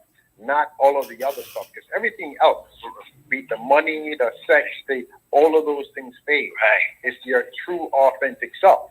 You know what I mean? So then, therefore, part of your responsibility is to connect with your true authentic self. It's your own self-discovery of who you are and what you are about and what you're willing to do. You know what I mean? Because I literally, when I met my lady, I already cleared a space for her. What I mean by clearing a space for her, I said to myself, I am not going to be in the player game anymore. I'm out. I'm done. I didn't even have a woman. I said, I'm done with that lifestyle. This is what I'm going to create. This is what I want. This is who I'm going to be. This is how I want it to be, before she was ever there. So when she met me, she just stepped into the space that I already created. It was just wait for the person to step in there, and they would have gotten the full 110% of who I am. You know what I mean? Hold up, guys. I want to bring in another caller. So area code 415, you're live and on the air with Straight Talk. What's your name and where you calling from? 415. Hey Ted, this is Alex calling from San Francisco. Hey Alex. Hey, thanks for calling. How are you? Hey, Alex. Thanks. Hey, how you doing? Thanks to the gentleman from Jamaica to talk about Jamaican women and Jamaican life. I'm very curious. I wanted to change the subject slightly. I like the personal information is very interesting, and I think that's actually the best part is the personal stories. But I'm curious why you think Jamaican culture was different than American culture, even in the modern world, right? Is it the islands? The island culture itself. People are happier with the slower lifestyle. What do you think is the reason for more of the traditional role of women in Jamaica? Unfortunately, I missed the first 45 minutes of the call, but you talked about, I guess the differences, and what do you think the reasons are for the differences between the cultures, Black American culture versus Jamaican culture? Okay. I would say that probably the biggest difference is, and this is just my opinion, okay? And so it's my opinion. I don't know if I'm right. I don't know if I'm wrong. It's just my opinion, right? So I think the experience, the Black person's individual experience in Jamaica is a different experience than here, right? I didn't know or understand racism until I came to this country. You know what I mean? So in Jamaica, there were certain values that was already instilled in household, in society, in all of those types of things that we just all grew up with, and the level of systemic racism that I think that exists here is not necessarily what we experienced in Jamaica. We experienced classism, but it's not the same. So that sense of home and family and how to do all those types of things, you know, that was supported in our society as opposed to forces that were put in place to pull that apart, you know. And I, you know, I you know, if I look across my entire family, you know, and a lot of my family are females, you know, they, you know, pretty much has the same kind of values, you know what I mean, of what they want. Doesn't mean that they necessarily achieve that in their life, but they value it and respected that and wanted to get that, you know what I mean? And a lot of that was definitely built around a family and the family structure. Family is very big in Jamaica, right? And, you know, having family, having community, you know, spreading love, spreading vibes. I mean, you listen to our music and what Bob Marley and what came out of his mouth and what he wrote, and that had to come from somewhere. You know what I mean? And those lyrics, all of those things coming from the community. He was just speaking, you know, words that were already echoing, you know, amongst us as human beings. You know what I mean? So that's what I think. I just think that, you know, we were just brought up different, that the change of colonialism and racism and stuff like that was impactful on us. Don't get me wrong, it's still impactful.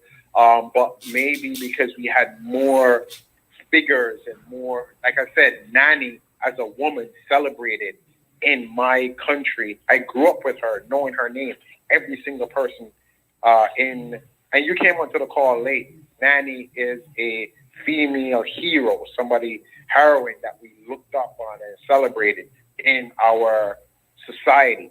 And she was, you know, she was celebrated, you know, so every single woman, every single man know about her and her place and her significance, and celebrated on such a level that, you know, both male and female respected what she did and wanted to see in themselves be like her. You know what I mean?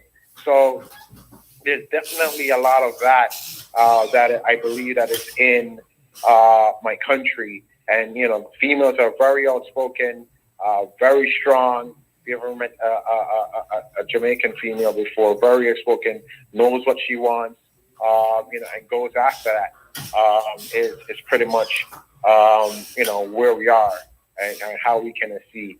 How do we see life? And a lot of that is emulated in the music. So, Mike, there's another side to this. There's another side. Was that you, Alex? You wanted to say something? Oh, no, it's all right. I was going to say that. That makes sense to me. Yeah. Okay. Did I answer your question? Yeah. Thank you. Now that's a good insight. Hey, Mike, can I also say this here? You know, when I got a son that grew up in Trinidad, right? Now, when he was about 13 years old, and he was around the school and he wasn't supposed to be, and you had the police officer yelled at him, told him he had to leave, and my son got smart with him, said something smart, and then the officer went and smacked him on the butt. So I called that police department, and that officer called me back. I'm in the state. Now, he called me back. That's how much respect he had, where he called me back. And like I told him, I don't know the laws there, because I'm not from there. But he took the time to explain to me what had happened. My son said he kicked him, that the officer kicked him straight up his butt. But the officer said, no, that never happened. But your son did mouth off. So I have to have a lot of respect where in this country, like you said, it's a lot of racism that's going on. Your son is going to get today. Well, this was in Trinidad. This was in Trinidad. No, he's saying here. If your son was here, what he right perpetuated right now, he could have got shot for that. You know what I mean? Right. There's no kind of like intervention. There's no intervention to help, to educate, to say, hey, listen, there's a better way to do it. When I grew up in Jamaica, my community, my entire community. If I did something wrong, my neighbor could discipline me and then tell my mother. Right. And then my mother disciplined me on top of it. Well, wait a second. So Mike, let me just say one more thing. That's how it used to be over here in the States back in the 60s, 70s. It took a community to raise a child. Now, I just want to respond one more thing to Alex. When you say the Black Americans versus Jamaicans, we're all Black. In the Caribbean, we're all Black. I don't care how you want to look at it. We're Black. There's no difference. You know, except for the culture, Jamaicans, except for the culture, the culture. Yeah. So when you say Black Americans and then the Jamaicans, they're Black. Yeah, I was just differentiating between. I interpret that question as a culture. You can't. Not necessarily. You can't ignore the culture part of it, though. I mean, you got Black, then you got different cultures, right? And a lot of times, you got different cultures. Yeah, but now what you're doing is you're dividing, you're creating division. Yeah, I got you. I wasn't trying to divide. I was just trying to. That's all. Well, I'm just correct. I'm just, and I'm not saying Alex. I'm not saying you did anything wrong. Maybe because you didn't know. And if you don't know, you don't know. Well, no, this whole show is looking at the differences between Black Americans and Jamaicans. We're looking at culture. That's what this is about. Looking at what happens in Jamaica. If I could just say something real quick, right? What I would say is that when Alex asked him a question, all right, just to give some perspective, what I took from it was culture. You know what I mean? I didn't see where the question was difference between Black Americans or this or that. And that's the difference in our culture. Like, you were born here, you recognize that was something that you had to speak about. Where it's almost numb to me, it's just I knew he was talking about the culture. You know what I mean? Look, this show, Mike, listen. This show is about Dwayne. Hold it.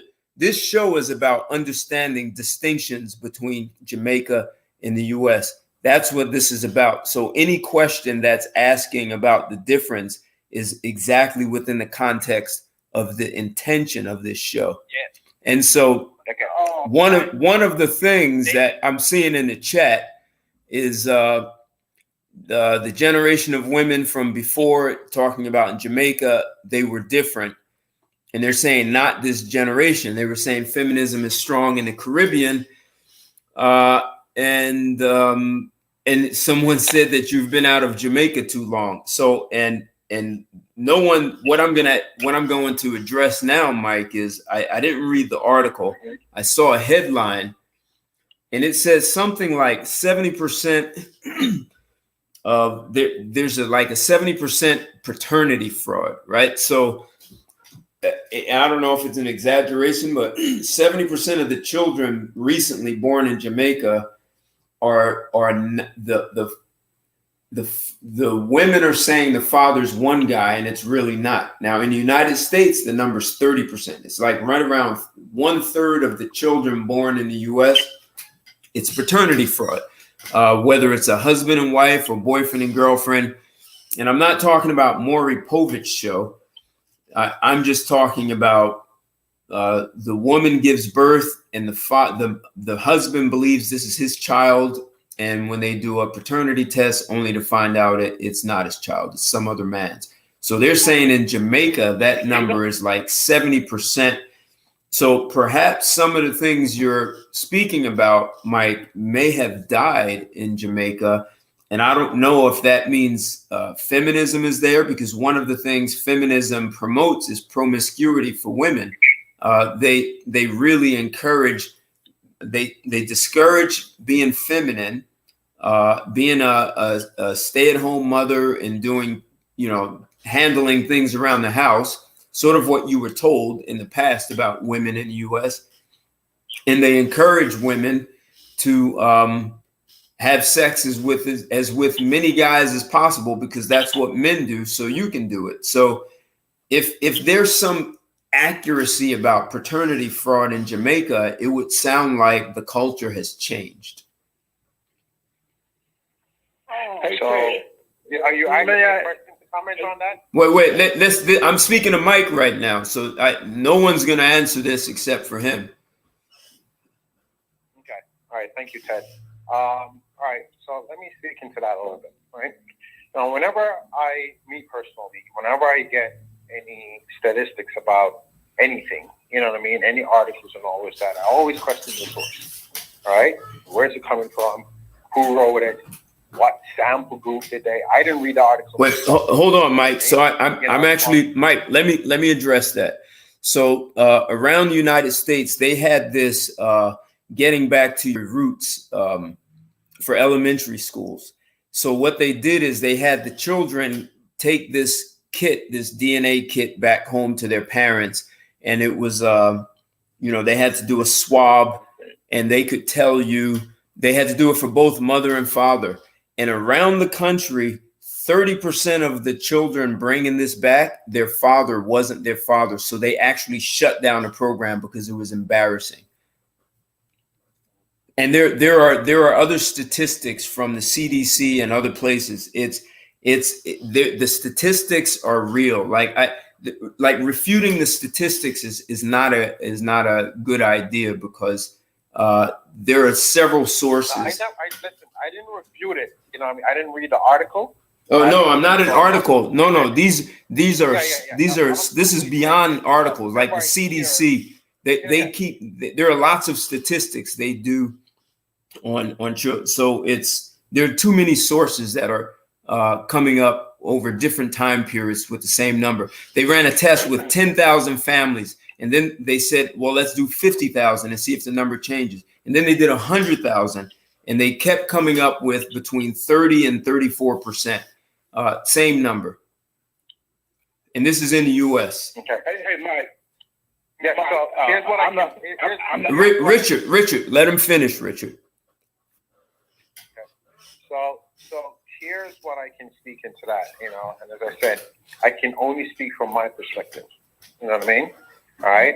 And from my perspective, I do not agree with what that article says from my experience in Jamaica. You know what I mean? And I believe that if that was the case, then, promiscuity would be so rampant amongst all Jamaican women, right? And that they do not value a family or anything like that. And it's all about just having babies and, having multiple partners and being, a certain way, which would mean that a person like me, again, who is like that or was like that before, would be having multiple partners every single time that I go down to Jamaica, because they share that value. And I could actually say that is not the case. That's not what I experienced. Okay? Now, when you look at any kind of data and sample, you know what I mean, off a population, you have to ask yourself, where did that sample came from? If anyone who was at the beginning of our conversation, I told them about my background, where I was born in Jamaica, the lifestyle that I lived. Hey, hold on, Mike, 1 second. Just quick question, Mike. Are you saying even the women who are between 18 and 30, you can speak for them also? I mean, are you still in that dating pool of 18 to 30? Well, now, I mean, I'm 49 right now, so I'm not in that dating pool. You know what I mean? But it's not the experience of which I have. But as an older person, there's a lot of older person that go down to Jamaica and date a lot of young girls. Right. You know what I mean? That is something that happens quite often. Okay? But to say that 70% of the women in Jamaica is sleeping with multiple partners, and hence when they have a child, okay, that child might not necessarily belong to the person that she claims, says something about Jamaican women overall. And it's not my experience of being a Jamaican or being with Jamaicans, that 70% of them would act and be that way. So I question, not challenge, I question, example, the person who conducted it, what they did, how they came to this, the whole 9 yards, to then say that Jamaican women, black women, are so promiscuous. That's what I challenge. And what was hey, Ted, by saying something? Hey, Ted, may I ask Mike a question? Sure. Okay. Mike, let's take your girlfriend out of it, because I don't know you are, okay? Sure. But in the United States, the women I've dated, and I think the guys on here will probably agree with me, if a girlfriend comes over, starts going through your cat, and I'm not talking about your friend, I don't know anything about her, but in my experience, let's talk about my experience. When I've had women come over my house, start 90 seconds, running the sweeper and wash the toilets and making up the beds and all that kind of stuff, they had an agenda, okay? It wasn't about me, it was about their agenda.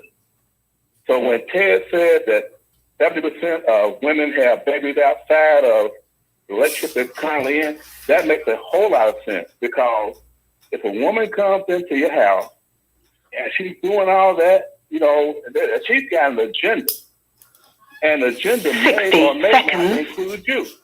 Okay? Mm-hmm. So that's why I think that the number that they came up with is probably right on.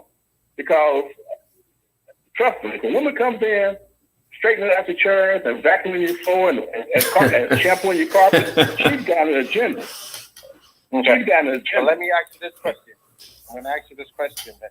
The question is kind of, it's another way I want you to kind of just look at a possibility of something, right? So now I'm going to say that you're white and a black guy is walking down the road in the alleyway and it's dark and he has a hoodie on and all of that type of stuff. Does he look like he's going to attack you?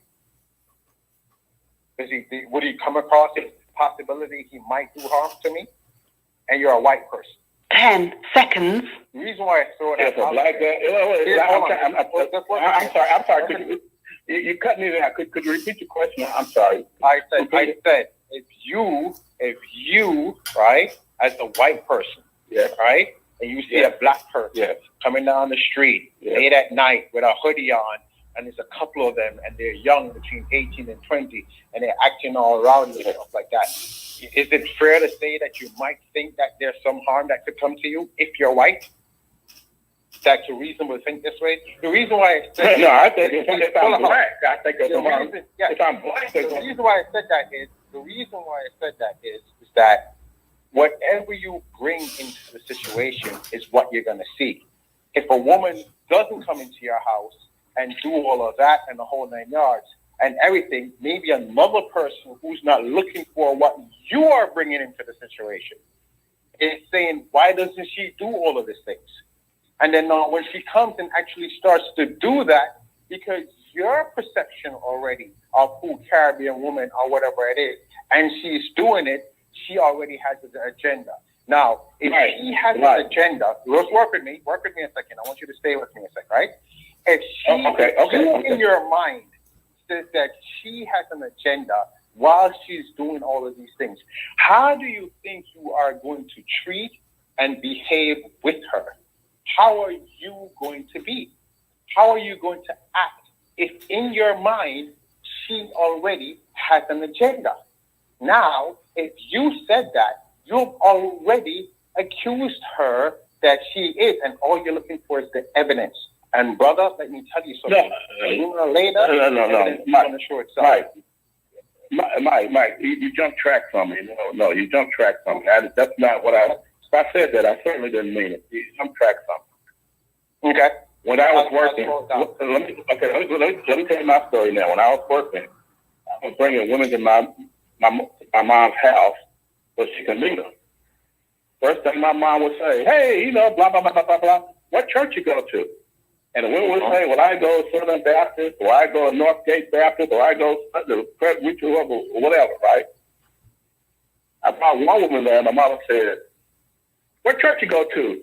Girl looked at her straight in the face and said, I don't go to church. And I was like, what? Girl said, I don't go to church. And my mother was like, I don't even want her coming back to my house. And that turned out to be the best girlfriend I ever had in my life because she was straight. She wasn't nice. She was a good person. She wasn't nice, but she was a good person. When my mother asked her that, she didn't have no agenda for me to say, well, I got to tell his mother that, I go to church every Sunday and I go to Highway Baptist down the road. She didn't have to say that. She told my mother the truth. I don't go to church. And I asked her, why did you get to my mother? She told me she went to church and the pastor tried to get some pussy out for her. And since then, she never went back. So my point is, sir, a woman walks in your house and she starts doing that stuff. You don't automatically say, well, she's got an agenda, because that might be her. What you do is you say, well, how long have I known this woman? You only know her 2 days and she's shampooing your carpet? Something's wrong. Okay? But if you've known her for a while, spent time with her and done things with her, and she comes in and do stuff like that, maybe 4 or 5 months, then, she might be for real. But if she's doing it in the first week or so, she's got an agenda. Okay. And I am not here. I am not here. Are you married right now? Are you in a relationship? No. The last woman I was dating, I figured out she had an agenda. I was going to ask her to marry me, but I figured out there was her agenda. So let me ask you this. Do you want to be in a relationship? A good, wholesome, healthy relationship? Do you want that? At this point, I hear a pause. Huh? You want it? It's simply the yes or no question. You want it? No. That's a very good question. Okay, that's a very good question. It's something, and I want you to be present to the fact that you pause. That I asked you a very wholesome question is, do you want to have a good relationship? That's a good question. Do you want a healthy relationship? And you pause. In fact, there wasn't even an answer. So I'm going to ask the question again. Is this something that you want? You want a healthy relationship? You want a good relationship? I don't know. All right. Now we got something to work with. So if you are not clear, I just want you to be present with that. I hope everybody is listening. But can I tell you why I don't know? I hope everybody's on. Let me finish this. Hold up. Let me finish. Okay. The point that I'm trying to make is if you are not centered where you are and what you want, you could be sabotaging your own life, brother. Somebody could be innocently coming in and doing something and really care about you, but you see this as an agenda. Why? Because you're not clear what you want and what you're committed to. I know when my girl came and did it in my house, it was heaven for me. I never saw any of that. And we're still in a healthy relationship now. So the question is, I know I want a healthy relationship and I want to support all of those types of things. So I do not bring in what I consider to be pollution thoughts that go against what I'm committed to. And can I say something, Mike? Can I say something about the agenda part also? If you meet a woman, and when you meet a woman, and the first 2 days, you know she has an agenda when she started asking for money. You know that's not the woman for you. So why even bother? It's like, oh, you asking me for $50? Hell no. Yeah. That's when you better. That's when you better pack your bags and leave. Not even pack. You just leave. Here's the question. Here's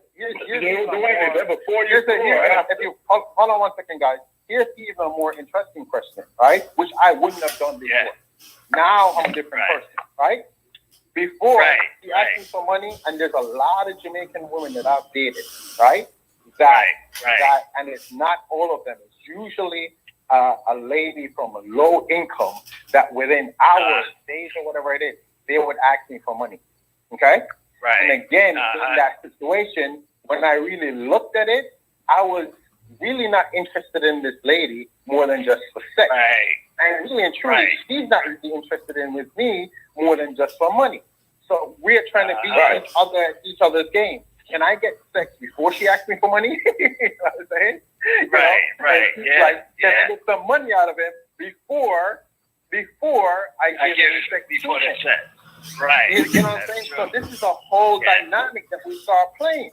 But now, if I'm really into a woman, like the person that I am right now, and she asks me for something, then now my question comes around, well, how are you managing your finance? Like, why are you in this situation? And a probing question like that will give me all the insight into who she is, what she's about, what she's bringing question, not based on my predetermined thoughts of who she is, but what I actually asked her and what she said. And in that moment, I would say to her, well, either which way or not, you don't manage money well. And we're probably not going to be a good person because here's the situation. This is this or this or that. Or it could be genuine in love, like genuine. Genuinely, it's not a broad stroke. It's a person and you investigating and finding out. So all I caution every man that's on this call is about finding out who you're dealing with. Because we have enough history to tell us who everybody is. And so wait. I want to respond to what Richard said. So Richard, part of the major reason I had Mike here is, you know, he lived in Jamaica until he was an adult. So he was old enough to be able to recognize what was going on around him, and he's been in the U.S. long enough. And he goes back to Jamaica a lot. He goes like almost every time I speak to him, he's like, oh, I'm in Jamaica now. So I've dated a lot of women from the Caribbean and a lot from Jamaica, but from many of the other islands and not always English speaking. And one of the things that I have noticed, it's very common for Caribbean women to come in your house and look to do something. The dishes in the sink, they get washed. And Richard, I'm talking about women who can be absolutely stunning.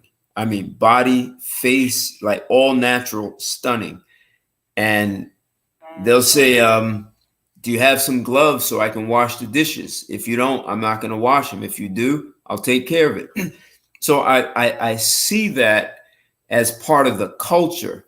It has nothing to do with skin color. There's a culture of the Caribbean. And, you know, even when I lived in Mexico, you know, I remember dating a woman who was clearly strong-headed, an entrepreneur, never had to work for anyone, had a business and had maids in the house. So she made plenty of money. And she said to me, I'm not doing my job as a woman, so you'll never have to wash your clothes again. I'll take care of that. And, you know, so there are culturally, the way they're raised to engage a man is different.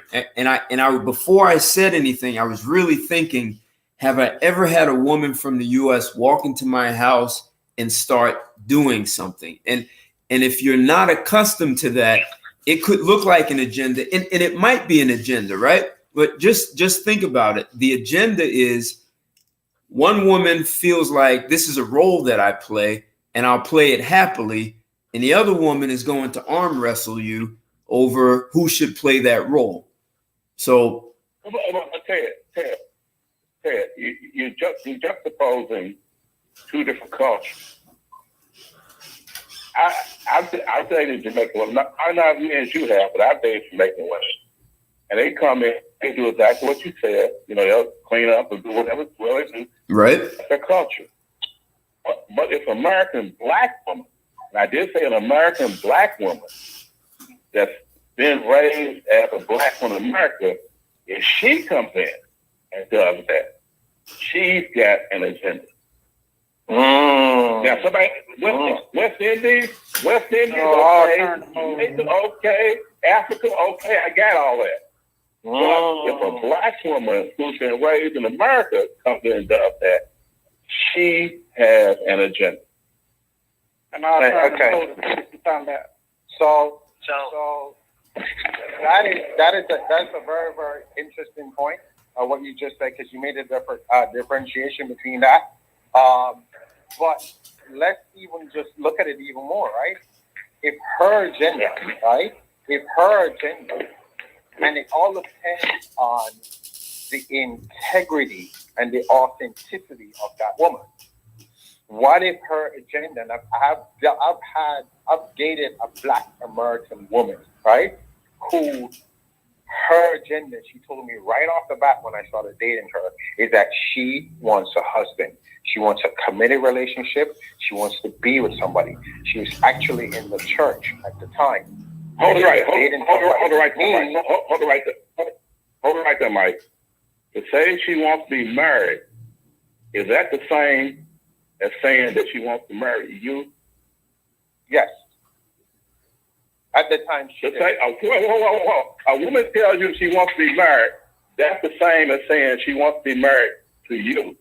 That's what you're telling me? I mean, so I interpreted that from that perspective, and it's a good question you asked. I appreciate you for asking that question. And the reason why is we just started to date, and we are having conversations of our relationship and where she's going. Exactly. She was just simply stating her value. Did she say I want to marry? Did she say I want to marry? Oh, no, sorry, go ahead. She did not. Go ahead. We just started. We just started. She was interviewing. Started, but she was letting me know. Right. Right? That, hey, listen, this is what she wants to be and have, and that's what she wants. She's letting me know I am not the kind of person that is just going to be a sex thing and this and that. I'm looking for something more. I thought that was admirable. Yeah, put it this way. Woman tells you that. A woman tells you that. A woman says something like that to you to make you think that I ain't after sex, and she gets into the bedroom. What do you think? Yep, that's what I want. Well, it's like, put it this way. It's like this here. Usually when you're dating and you get into that 2-year mark, usually they want more than just boyfriend and girlfriend. They want a relationship. I was married twice. I was married the first time. Of course, it didn't work out. I dated my ex-wife for 2 years. That second year came, she was like, where's this relationship going? I brought her an engagement ring, which brought me another year. But unfortunately, she got pregnant, we got married, but it didn't work, because I married for the wrong reason. I thought when you leave home, you can go out and do whatever you want. And I found out wrong, but I was young. I didn't know no better. I was like you, Mike. I just wanted to go out and have a good time, And as I got older, that's when I met my wife now. I knew what I wanted. Once I met her, I knew what I wanted, and I wanted, I wanted her. I think if I didn't ever meet my wife, I don't think I would have been married now. I think I still would have been single, just dating whoever I want and doing whatever I want, So let me ask you gentlemen this. So when in a relationship do these women want their backs blowed out, gentlemen? Because it sounds like to me that's a universal question when you're dealing with different women from different countries. Because a lot of times these women talking about they cheated because that man ain't take care of business and in the bedroom. So I'm curious and I'm full of it. Well, maybe y'all can work help me understand it. Yeah. It can work both ways. It can be the man cheated, the woman cheated. It works both ways. I think it depends on the individual. It depends on you, and then it depends on her. I learned one thing: not to see another couple and say I want what they got, because you don't even know if they're sleeping together. That's right. You understand? Yeah. So. It's all about you and her, what you make of it. And you can't listen to your friends. Because if you listen to your friends, you be in the doghouse. Because I'm going to be honest with you, gentlemen. I'll go one step further and say, and which is what I experienced from my relationship, the current relationship that I have right now, is what I put in. The only thing that you can lose, the only thing that you can use to understand where you are is looking back in the past and going, okay, this is how I used to behave. This is that. This is all of these things. And look what I got out of that. Now I shifted. Not the other person. I shifted. And now I want this. And this is the value. And this is this. Right. And that. and then I meet somebody like the person that I'm dating now. And literally, I'm fucking from somebody who's only been in a relationship, 6-7 months. So a couple of guys might be on the thing and be like, oh, you sound like he's pussy with. You know what I mean? Right, yeah. But the point that I'm trying to make is that I can only go from my perspective. And my perspective is, all right, what you put in. You be authentic. Right. It's about who you are being, who you choose to be. You know what I mean? And I know this. I give a perfect example of something, and I like to use real world stuff. I had a good friend of mine. He came to me and he visited me, right? And while he was there, he put his camera on his phone, and I saw that he had a camera in his bedroom. He's from Jamaica. He's up here in the United States with me. I said, bro, what are you doing with a camera in your bedroom? He's like, yo, listen, I'm not at the house anymore. I got to have a camera because I got to see if my wife brings in a man or not. And I said to him right there and then, this is what I said to him. I said, bro, your relationship, your marriage is going on the tubes. You already suspect your wife of cheating on you. You just want the evidence. You already are bringing this into the situation. This is why you have this. Yep. You already feel this way. So I know that in your house, when you have this, if you feel this way, that you are acting and being a certain way in your house, which is only going to be more destruction. I said, what are you doing? So that's what I talk about when I say the agenda. If you see people, and this is a normal thing for human beings, right? When you see somebody acting and stuff like that, the only way that you can understand who they are is what the past, your past, tells you how they're behaving in the future. And you give that meaning. So for me, now that I see things differently, a woman comes into my house and she's cleaning and she's doing all of that thing. I have no concept of agenda. She likes me. When I go to her house, I clean up stuff also too as well. We are both right. You know what I'm saying? That's how my perspective is. But another person's perspective might be something different. Right. And another thing is, I'm married. So me and my wife, we do things, we share things, as far as like income. I know what she makes, she knows what I make. Okay. We don't hide any money. It's like, I'm going to put a certain amount, into the personal account, and then I have my business account. My wife has access to the business account just as well as the personal.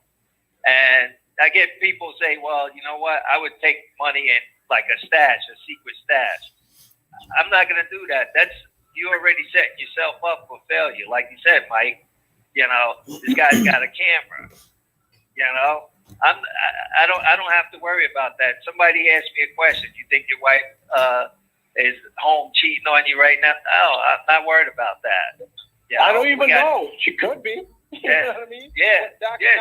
She could be. But you know what? I don't think about that. And you know what?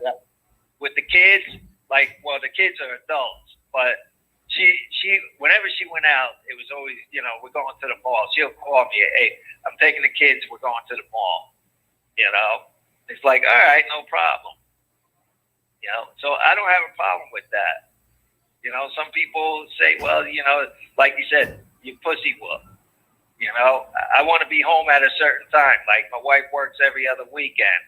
So the weekends that she's working, I hang out during the day. I don't really go anywhere. I may go get my truck washed, or, we may go to a movie, me and a friend of mine, but I'm back by 3 o'clock. And that's my choice, not because I have to be back at 3. It's just, I want to be home when she gets home. Listen, I had the same experience with my girlfriend today. I sent her a laundry list of all the stuff that I was doing. I'm doing that. Next I'm doing that. Next one I'm doing that. Right? And we had a conversation about it, and she was just like, "Wow, you're sending me this thing and the whole 9 yards." All I said to her was, "Well, you kind of tell me what you're doing all the time, anyhow." You know what I mean? So how you're being with me is how I'm being with you. You've never inquired. You know what I mean? There's never anything like that. But this is how you love me, so this is how I'm loving you and sharing what's going on. And you're sharing about where we are. I don't know if she wants to speak to me at a certain time, so I got to let her know before I'm going to be here and this, da, da, da, da, da. Now, another person can be like, well, you got to check in with your wife and you got to do that. No, it's about creating a circle of trust and love and the way that you want to be. It's what you put in. You know what I mean? And that's all I'm concentrated on with my relationship, not what she's doing, what I'm doing, what I'm bringing in to make us also. And guess what? She does the same with me. It's like what she wants to do. So Mike, how she thinks of herself. So Mike, it's the most healthiest relationship I've ever been in. So so we talked a lot about the roles that women play in Jamaica. What are the roles that men play in Jamaica? That's a good question. I think the majority of men, what is expected of them is to be a breadwinner. Okay. From the female. You know what I mean? To be loving, nurturing, and all of that stuff, but to be a breadwinner. Even if they're poor, you're doing whatever it is that you need to do to help the family out. You know what I mean? You're not abandoning us. You're not the type of person. It's to somewhat. I would say to someone be a provider is what is expected of the man. To be a provider. What about his role with the children? What role does a man play with his children, or is it just the same thing that you see in the U.S.? I think it's the same expectations. You know what I mean? The expectation is that you're going to be a father, that you're going to be a part of nurturing that child to be into adulthood. In a way that you're supposed to. I remember, having a conversation or realizing when I came to a particular moment in time that, I grew up in a single household, right? So my mother can teach me every single thing about morals, about this, about that. She can teach me all of those things, but she can't tell me what a man would do in this situation. You know what I mean? And so we have a lot of kind of like situations in Jamaica where there is a lot of, I would say there are a lot of guys that have many different baby mothers, you know what I mean? And, many different kids and, divided household because of that. I see that as a prevalent problem that is down there. In some areas and households, it's almost expected. It's like, yeah, your father has such and such and such, but he takes care of us anyhow. You know what I mean? But definitely the man, and a true man that is in the household, taking care of his family, he's looked upon as a provider. So when you came to the U.S. and you stayed with your father, is that what you said? When I came to the U.S., I stayed with my father for under 3 months, and then he put me out, and I had to find my own apartment and start working. Okay. So was there, aside from sink or swim, was there anything that you got from your father that you didn't get from your mother? Like you were saying, there were things that your mother couldn't tell you how to respond to things as a man. Was there some different? Because now you're with you're in a single father household when you came here. No, my father was married with his current wife.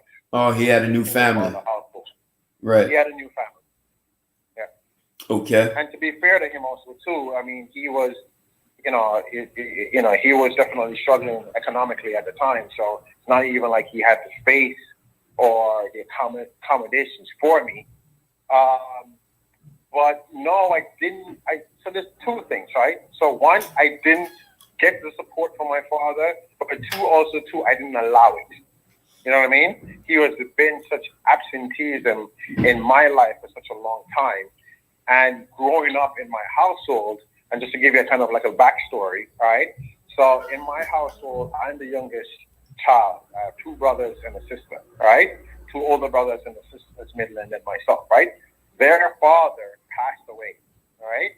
And when he passed away, my mother, met my father and had a kid, me with him, and then the relationship dissolved, right?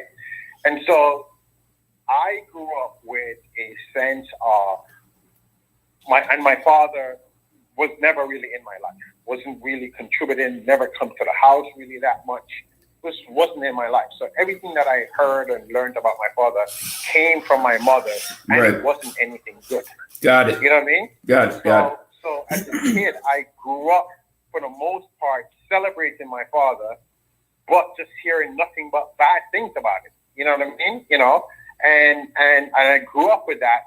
And then when I came into adulthood, the noise of who he was as a person, not being there for me, not supporting the family financially, not being a true father, came present to me as soon as I came up here and I started to live with him.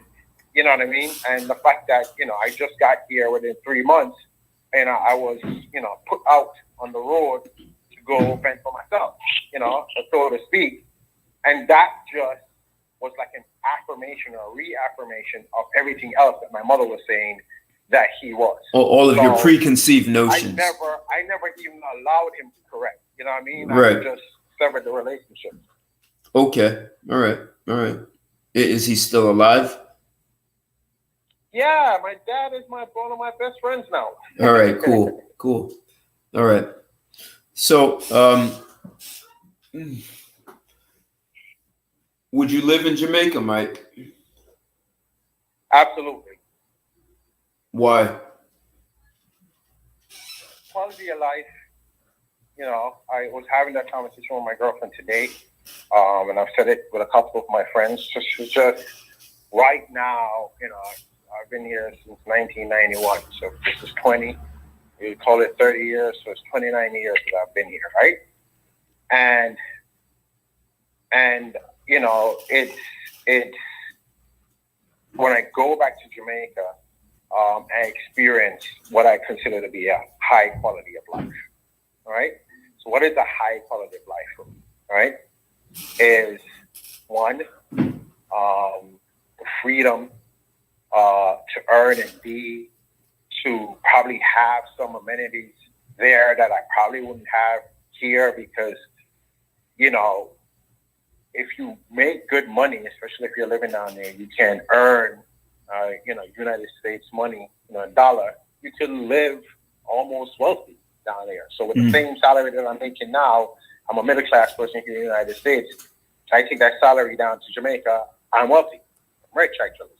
You know what I mean? Okay. And what comes with that also too, as well.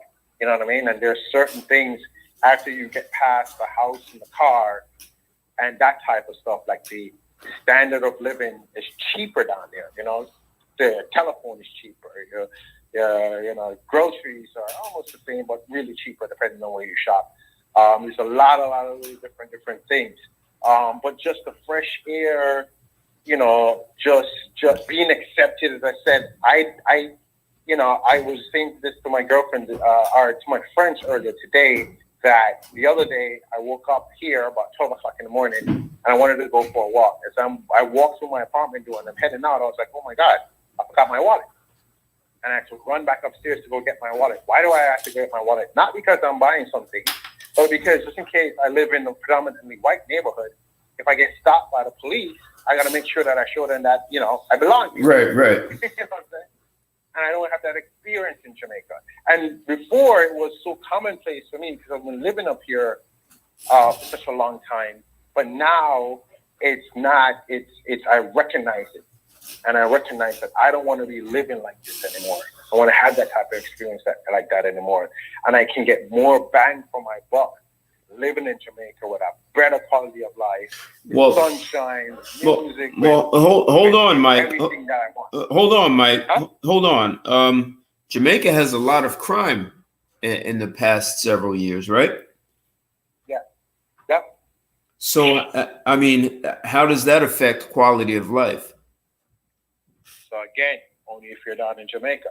You know what I mean? So where my friends live, where our family house is, where all of that, I hate to say, most of those crimes are happening in the inner city. So the crimes that you hear reported are mostly from the inner city, you know. But you know, it's where those things are happening.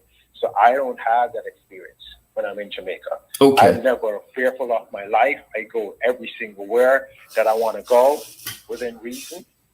Again, I'm not going to the garrisons. I'm not going to these places where they're high crime areas, but they're not necessarily bleeding into where I am. I mean, you have, you know, a couple of situations that happen ever so often, and usually when it happens, when they say uptown, when something happens to somebody uptown, is usually that person was involved in something. That's how they justify the killing or the crime. Right. But for the most part, you don't experience that. It's really, you know, it's like living in Long Island, and where there's limited amount of crime, and then in Brooklyn and Manhattan and all those places, there's a lot of crime. Right. In Long Island, you say, hey, you live in New York City. Yeah, I live in Long Island. You know, I mean, I don't experience some of that shit. Right. So then let me ask you this, Mike. In Jamaica, you have women who like the rude boys, right? Yep. So, and in the U.S., is it equivalent to saying she likes the thugs? Is that pretty much the same thing? Yep. Okay. So, some guy went on the street and asked a bunch of black women. Some were very attractive, most were not. And he asked them a question.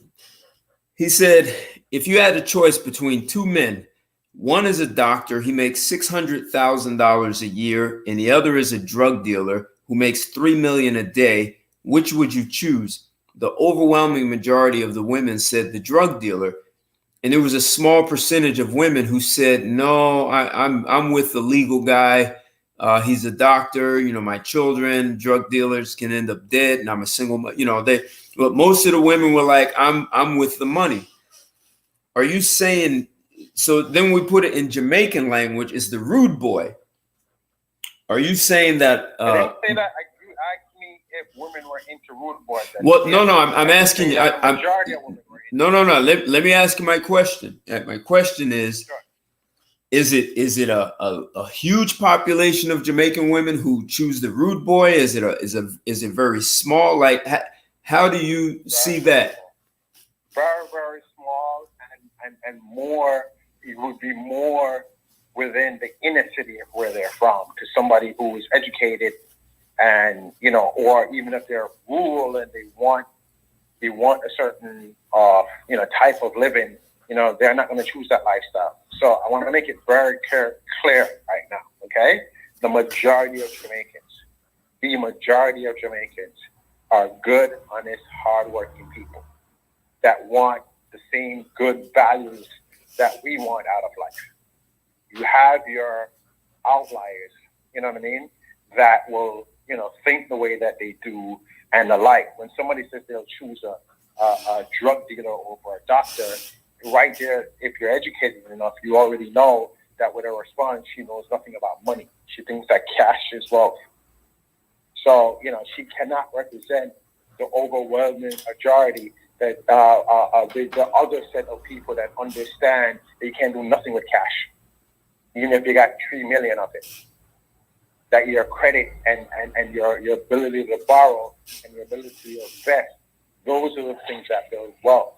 So somebody who answers to that already, I know, does not represent the females that I'm around that know, understand value, and understand certain things. All right, I understand that. Because Hey, Richard, Mike, are you familiar with Mike? Are you familiar with Breonna Taylor? I'm just curious about that. Yes, absolutely. Okay, I'm from Louisville. That's where that happened there. And you are Louisville has no. I'm from Louisville, Kentucky. That's where Breonna Taylor. That's where they went down in my hometown. And to make a long story short, they've had a lot of marches, protesting, rioting, and so on over her death. And they tried to make it look like it was a black thing. But what happened is that the police department, or I guess the Justice Department, they released their investigation into her death. And if you read that investigation, it's really a sad indictment on black women. It really is. She was not the innocent girl that these Black Lives Matter people are trying to make her sound like. And if you don't believe it, I'll be happy to give you the link to the official website where the police released this investigative report on her. And black women, black men, all talking about how she was innocent, this, that, and the other. That girl was knee deep in the drug tank. Pictures. Who's that? Wire you said Breonna Taylor? You said Breonna Taylor? Dwayne, knee deep. Pictures, audio tape recordings from the prison, GPS data, anything you name, she was knee deep in it. Now, should she have gotten killed? No. But when you play with fire, sometimes you get burned. And she was knee deep in it. And I think if you read this report, it's a very sad indictment on black women, because this guy, who was a known criminal, a known drug dealer in Louisville, Kentucky, was calling from the jail multiple black women.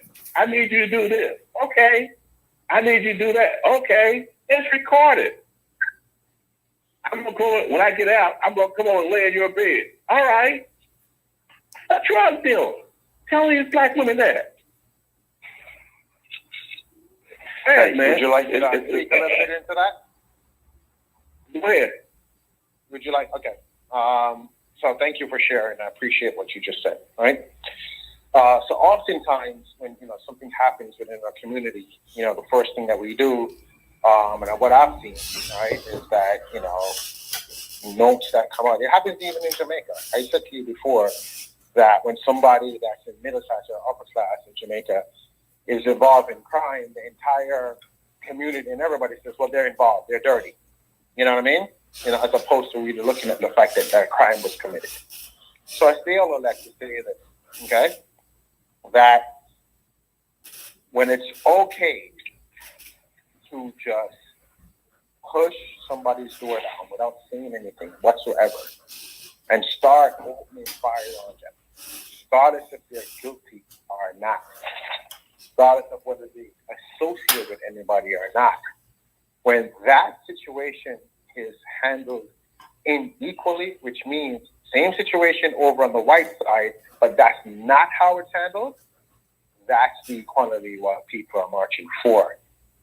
That's the thing. Doesn't matter what she does. I could be here in my house also too, and my next door neighbor is white.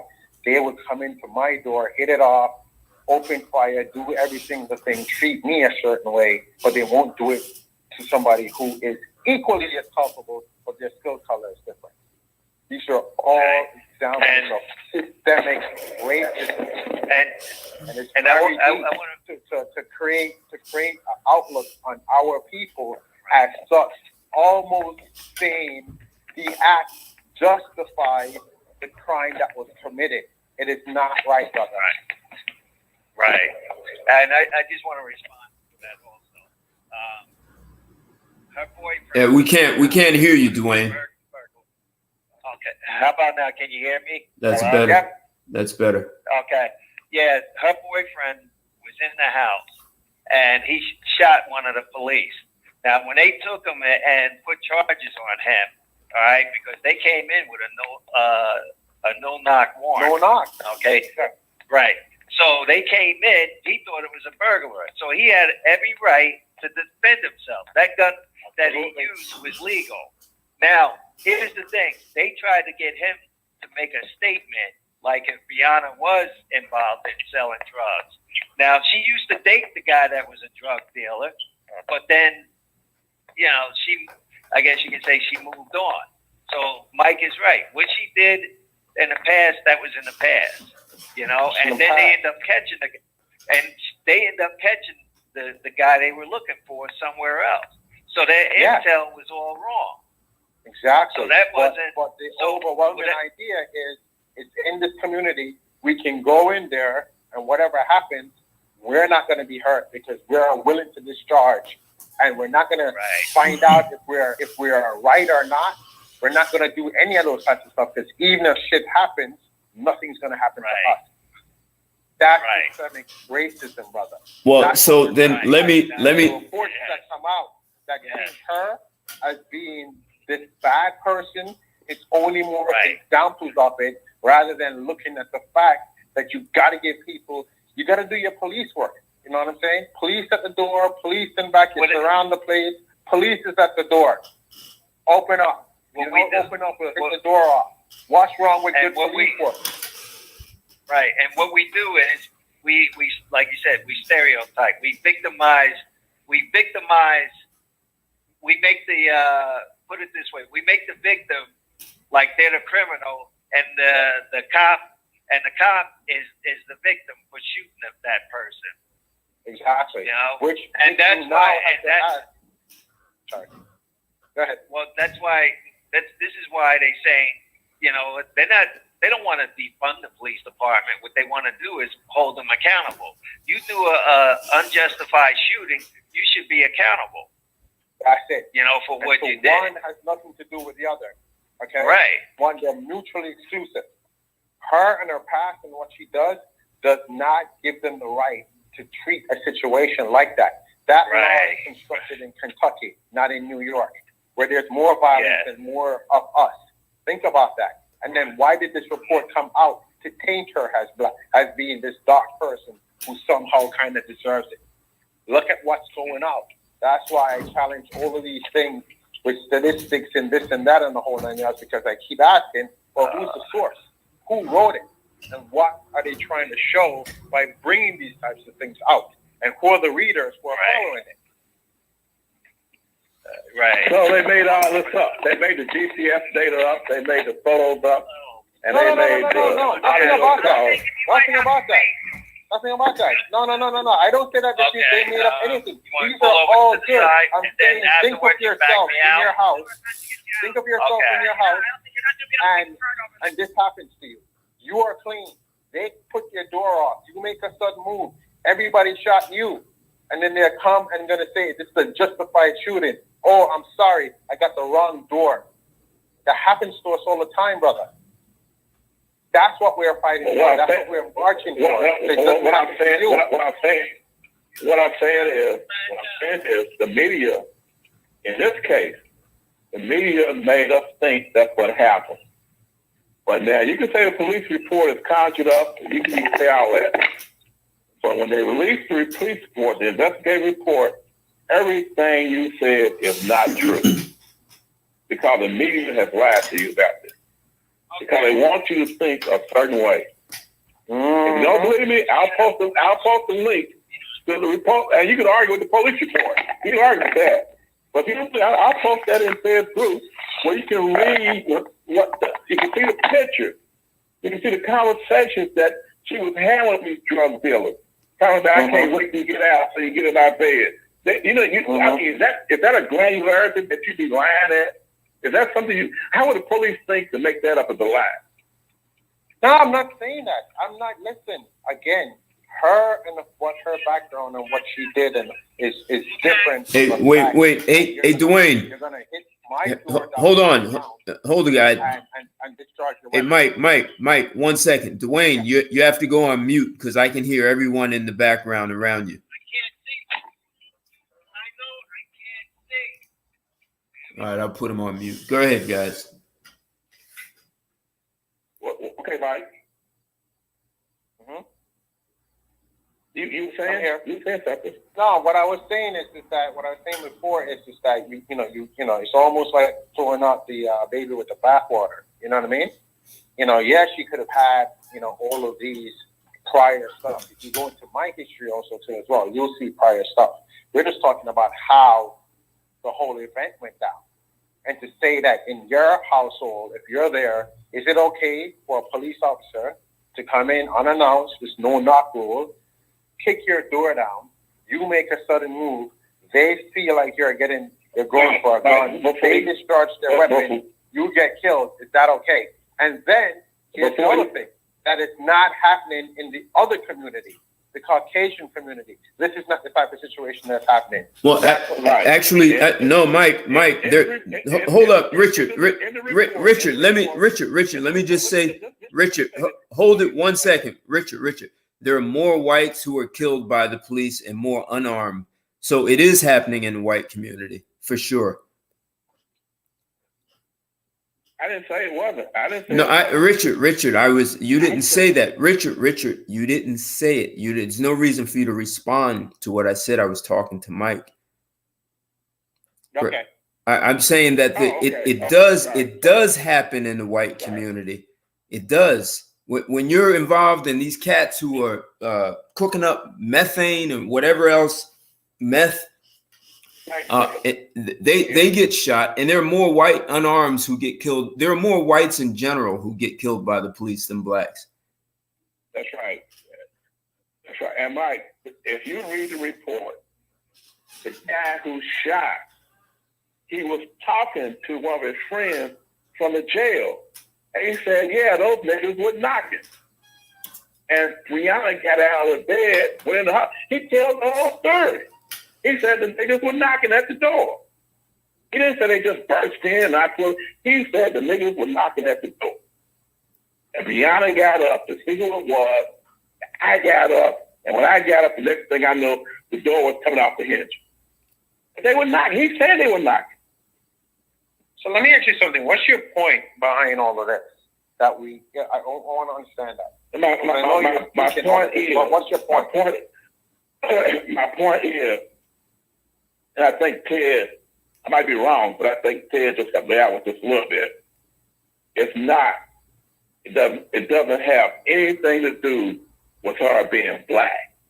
She was in the drugs. She was in the drugs deep. The police, like Ted just said, got a warrant just like they did on white person in drugs.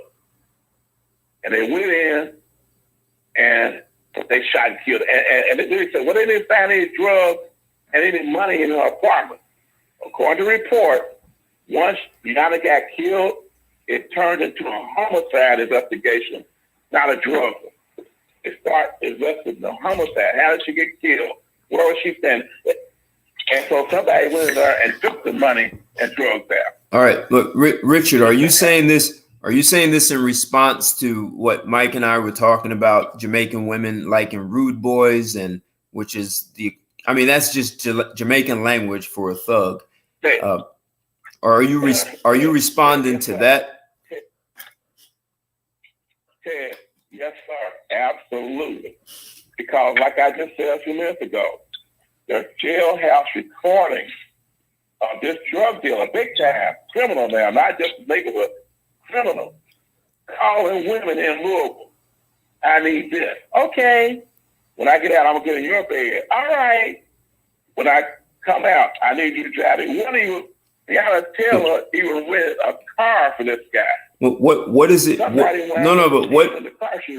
do you want, Mike? It has nothing to do with being black. What do you want? What do you want Mike to know in general? Like, so that this is a one specific situation, right? But we're talking about cultural differences between Jamaica and in the U.S. And Mike said there's a small percentage of Jamaican women who do like that rude boy culture. And Mike, one of the things you might not know here, and Richard could, I may be able to attest to this, the amount of black college women who wanted thug love in the late 80s and right into the early 90s was like mind blowing. It was something we hadn't seen before, especially not in those numbers. And I'm not even talking about the lower socioeconomic. And some of these women may have been from lower socioeconomic, but they were now educated and they had jobs. It was surprising. And there are women who are attorneys and even judges who will still date drug dealers, like knowingly date drug dealers. So I don't know if Richard is trying to get to that with a specific story. And looking at the differences. So, Mike, you're saying there's a small percentage in Jamaica. Most Jamaican women value family and are comfortable playing a role as a wife, the woman. And I think, Richard, you're trying to say, well, that's not that's one of the differences between Jamaica and the U.S. Is that what you're saying? Yeah, so well, actually, tell you what I was saying is that I don't know what percentage of Jamaican women like drug dealers. I don't know what the percentage is, but that was the conversation. But it seems to me like a large percentage of American black women like drug dealers. A large percentage. Right. And that's where I was going. And to get back to your point, Ted, she was an EMT technician moving up the ladder. And I know you know that, Mike. You read about it. She was an EMT technician moving up the ladder, dealing with drug dealers. I mean, she was, she got awards and all kinds of stuff, moving up the ladder. So why in the hell would she do with a drug dealer? Yeah, you got a point there. Hey, Mike, someone has a question for you, Mike. Sure, go ahead. The question is this: my take is that Jamaica has a stronger culture than America. I would be curious about the single motherhood rate in Jamaica. There's a lot of noise on the background there, Ted. Hey, I didn't hear your question. Do it. All right. Let me. Hey, Dwayne, can you hear me, Dwayne? Yeah. All right. You have. I Is can't. that? Can you go on mute? That was me, Ted. That was me. All right. Yeah, Okay. All right. Yeah. Because someone has beeping in the background. All right. So, Mike, the question is this: my take is that Jamaica has a stronger culture than America. I would be curious about the single motherhood rate in Jamaica. So, what is it high? What's the deal with single motherhood in Jamaica? I think from my experience, and I can only speak from my experience, okay? And again, just so everyone understands, I not living in Jamaica, I go back very, very often. Whatever I say is just my opinion. Do not take it as the Bible or the absolute truth. It's just from my experience, my perspective on what I've seen, having been somebody that goes back very often. But let's be clear, I live here in the United States. I've been living here since 1991. Okay? So with that, I would say that from my experience, what I've seen, I've seen now as an emergence that there is less emphasis on necessarily, females, getting married and having that family and the whole 9 yards. I don't know if it's by choice or is that most of the men do not present themselves as such. I do know that a single motherhood is prevalent in Jamaica. There's a lot. There's probably more. I'm sure somebody could Google it to see what the percentage of marriages to single household is in Jamaica. And if it's not 50-50, is pretty much up there. Whether that is solely because the female presents herself a certain way, or whether the male is acting and behaving a particular way in society, hence why this ratio is such. Because there's also, as a Jamaican men, there is also amongst us as men where we, there's a lot of respect given to men based on their ability to have and maintain more than one woman. You know what I mean?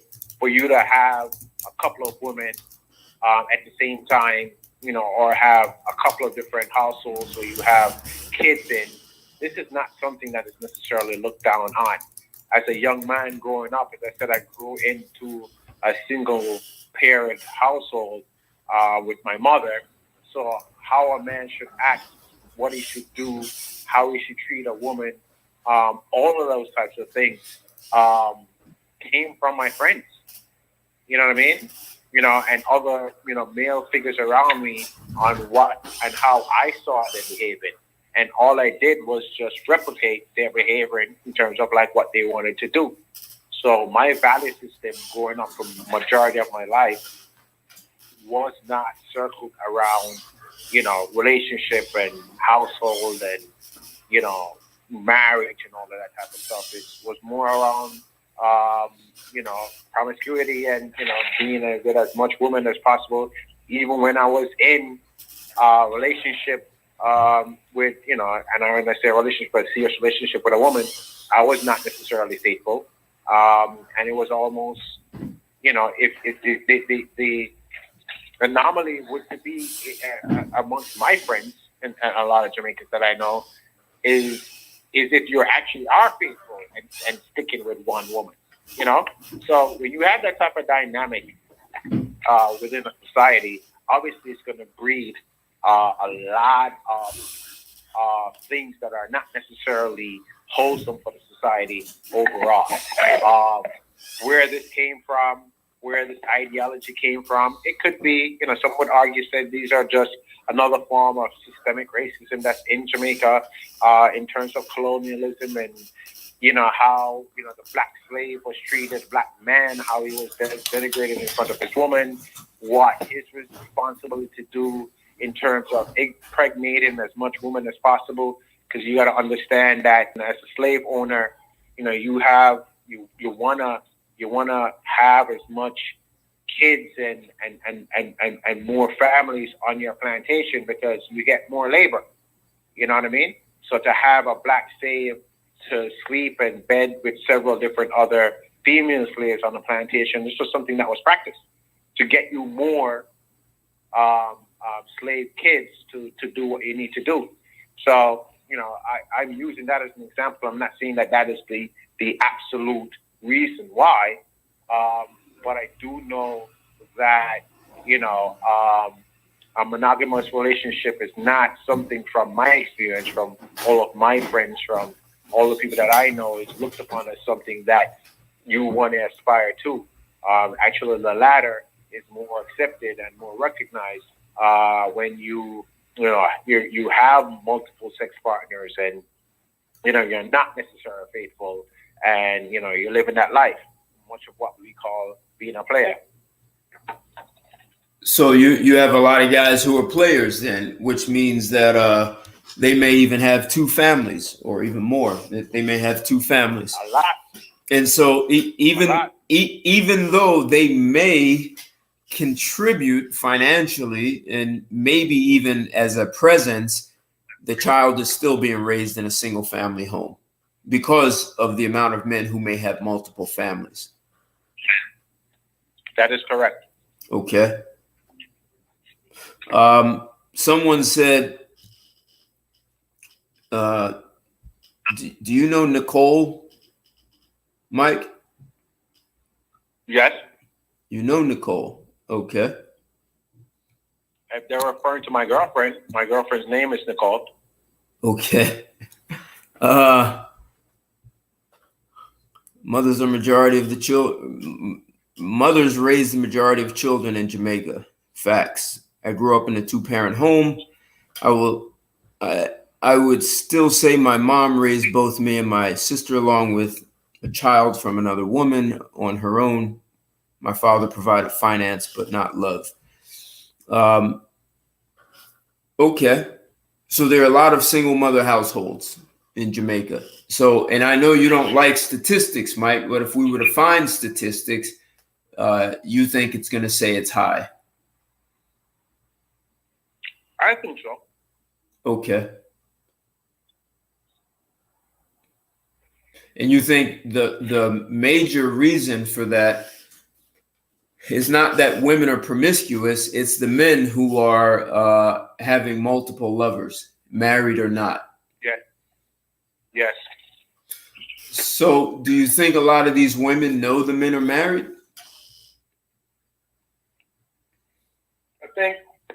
I think women, there's certain sections of, women that know that the man is married, but still willing to be with that man in the hopes that maybe he'll leave his wife and come to her, or maybe supporting her financially. So she's, comfortable being, the second person in line. I mean, there's a lot of different reasons behind different things.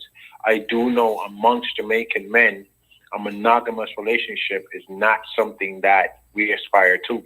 And I'm speaking about that personally. Okay. All right. As a man, you say, being in a monogamous relationship was in your past was not top of, like, you didn't see relationships that way. When you thought about a relationship, monogamy wasn't even part of relationship. Bro, I don't know any monogamous person. I mean, back in the days, like none. Male or female, or just now it's different. I have males I'm talking about. Okay.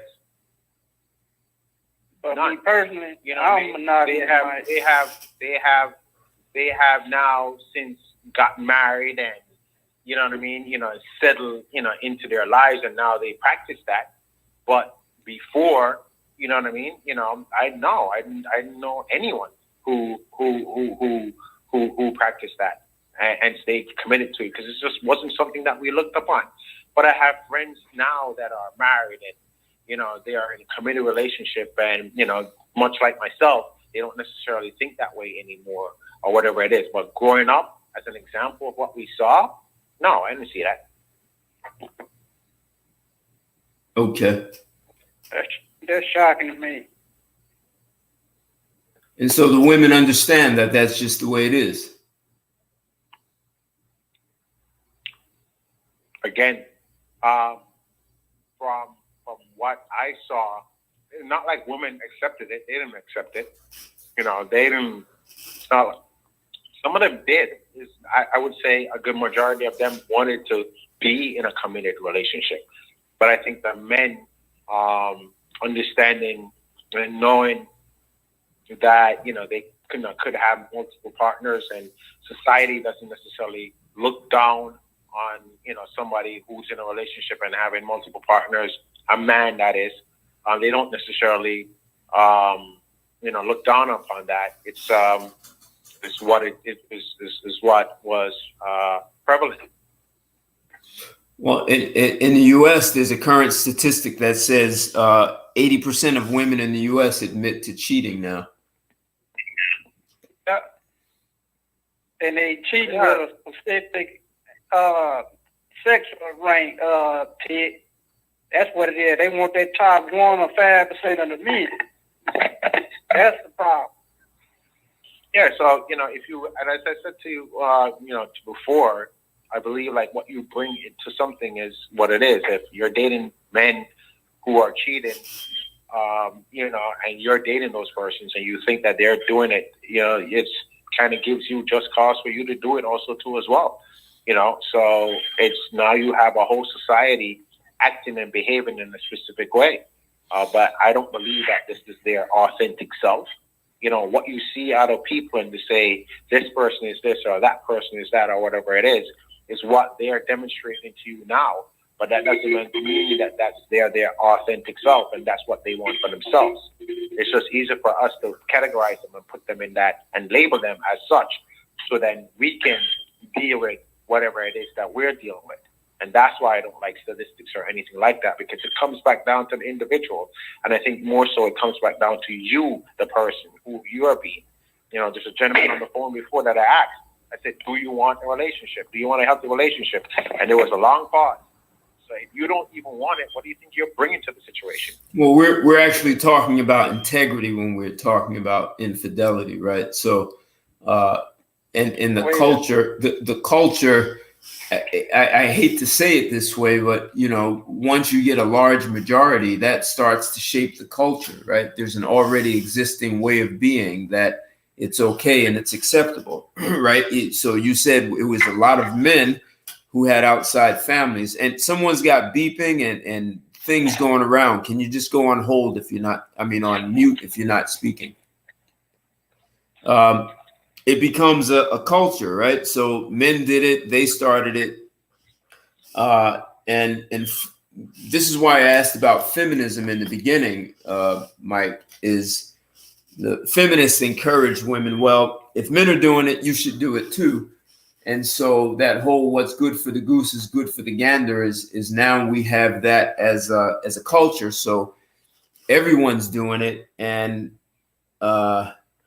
unfortunately you get some peer pressure, and you listen. I've been with married women, and I asked the woman if we were out and your husband saw us, what do you want to do? And she said, "Oh, I'm going to stay with you." And I said, "Really?" She said, "Yeah, well, he's probably doing it too." Now, I don't know her husband. I don't know if he was cheating. What her justification was, well, he's probably doing it. So people justify, but it's when the culture becomes a lack of integrity, you become an outlier when you have integrity. And we've moved very much in that direction. And Ted, that's exactly where I'm at. I speak for me when I say this, both of you and Mr. Mike. I was taught that if you're not married by a certain age, Ted, you're a whoremonger. That's how I was brought up. Now, I ain't putting my mouth on nobody. I ain't knocking nothing nobody do. But I'm just talking about me personally. I'm going back to traditional, spiritual, moral upbringing with this dating and sexual thing. You know what I'm saying? So right. Yeah, I am an outlier. I take that role. I'm an outlier because I believe in traditionalism. Okay. And I commend you for that. You got to live the life that you choose to live. And if a person that lives in another way, it doesn't make that person bad either. It's just this is how they choose to live. You know what I mean? I've known people who this is what is normal for them. It's not something that is dawn upon. It always comes back to what the individual wants and what they're committed to and what they want to create for themselves.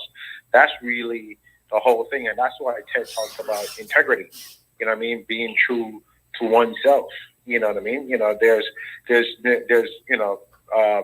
Jamaican men that have multiple partners, and the partners know about each other, and they all get along well. Right. You know what I mean? So it's not this bad thing that you're saying, oh, and then this is this. You have those types of situations also too as well. Is what you want out of life. You know what I mean? And what you believe that you want to champion for yourself. But it doesn't mean that people are like this or people are like that. And I really try as much as possible to stay away from labels and trying to label anybody. And just really taking the time to just learn individuals themselves. And I tell you this, even if somebody is a particular way, through my practice on the way of how I live and what I do, I've been told that, they have experienced their best self for having, participating with me. That, another person wouldn't have gotten this out of them, or another person, they wouldn't have done that for this other person. It's just because of how I have and what I have brought to the situation. So, anybody's listening out there, that's the message that I want people to get. You know what I mean? It's really, what do you want? What are you bringing to it? Everything is up to you. You know what I mean? And if you try and see what comes out on the other side. But you first have to be integral. Mike, do you think when a woman says to a man, not necessarily you, but when a woman says to a man, hey, where is this relationship going? What are we going to do? Do you think that that man is the only man she may be saying that to at that time? Hey, can everyone go on mute? Because I'm going to put everyone on mute because there's way too much noise in the background. If you have stuff going on, go on mute. Yeah. All right. Do you think she's only telling that man that? She's not telling any other man, or she's not asking any other man, what are we going to do? She's just telling that one man that. Do you believe that? So what the best way I can answer that question is that, when I am with somebody, I am with them. And so when she says that to me, I believe that she's asking me and me only what it is. Now, if she proves to be integratus later on, then that's what it is. But I take her at face value, and I take the person at their word until they prove otherwise. Okay. I mean, because the moment I start to think, you're saying this to me, you could be saying this to somebody else, then why do I not feel that I'm valuable enough that she should be saying this to me and only me? So if most men feel the way you, if most men feel the way you do, wouldn't that contribute to some of the statistics that Ed just mentioned earlier? If you take them at face value, does that kind of contribute to they might go over to the other guy? And I'm not talking about your girlfriend. I don't know her. Don't know who she is. I'm not talking about your girlfriend. Mm-hmm. But couldn't the girl say, okay, well, Richard didn't commit to me. He doesn't act like he wants to get married. So I'm going to go through what Mike said. She goes over to say, there's individuals who do those types of stuff. That's an individual. Doesn't mean that all women, because they asked this and they didn't get the response that they wanted to go, that they're going to go to somebody else. You know what I mean? You know, it could be sometimes the fact that she really sees something very, very valuable in you that she really wants, and she wants to know if you feel the same way too. But then you're looking at it, it's like, is I the only person she's asking? Like, I don't have those type of thoughts, brother.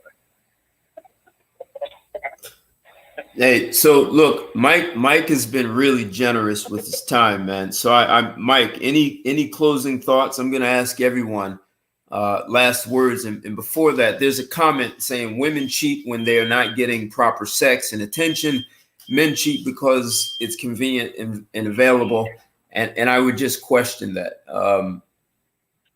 And I don't know if that was ever factual, and there are lots of guys who are not the best lovers, and there are lots of women who don't know their bodies well, and they're looking for a guy to be responsible to show them their bodies. So but I've seen women cheat and they were getting good sex, and at the same time they may have been with a guy who was cheating himself. So I don't know if it's always as cut and dry. You know, people justify why they cheat. Some people call it monkey branch, and they're looking for the next a better deal sometimes. Yo, T. A woman say to the dudes that out here that's not doing all that crazy sexy stuff, but still can turn that woman on. Yeah.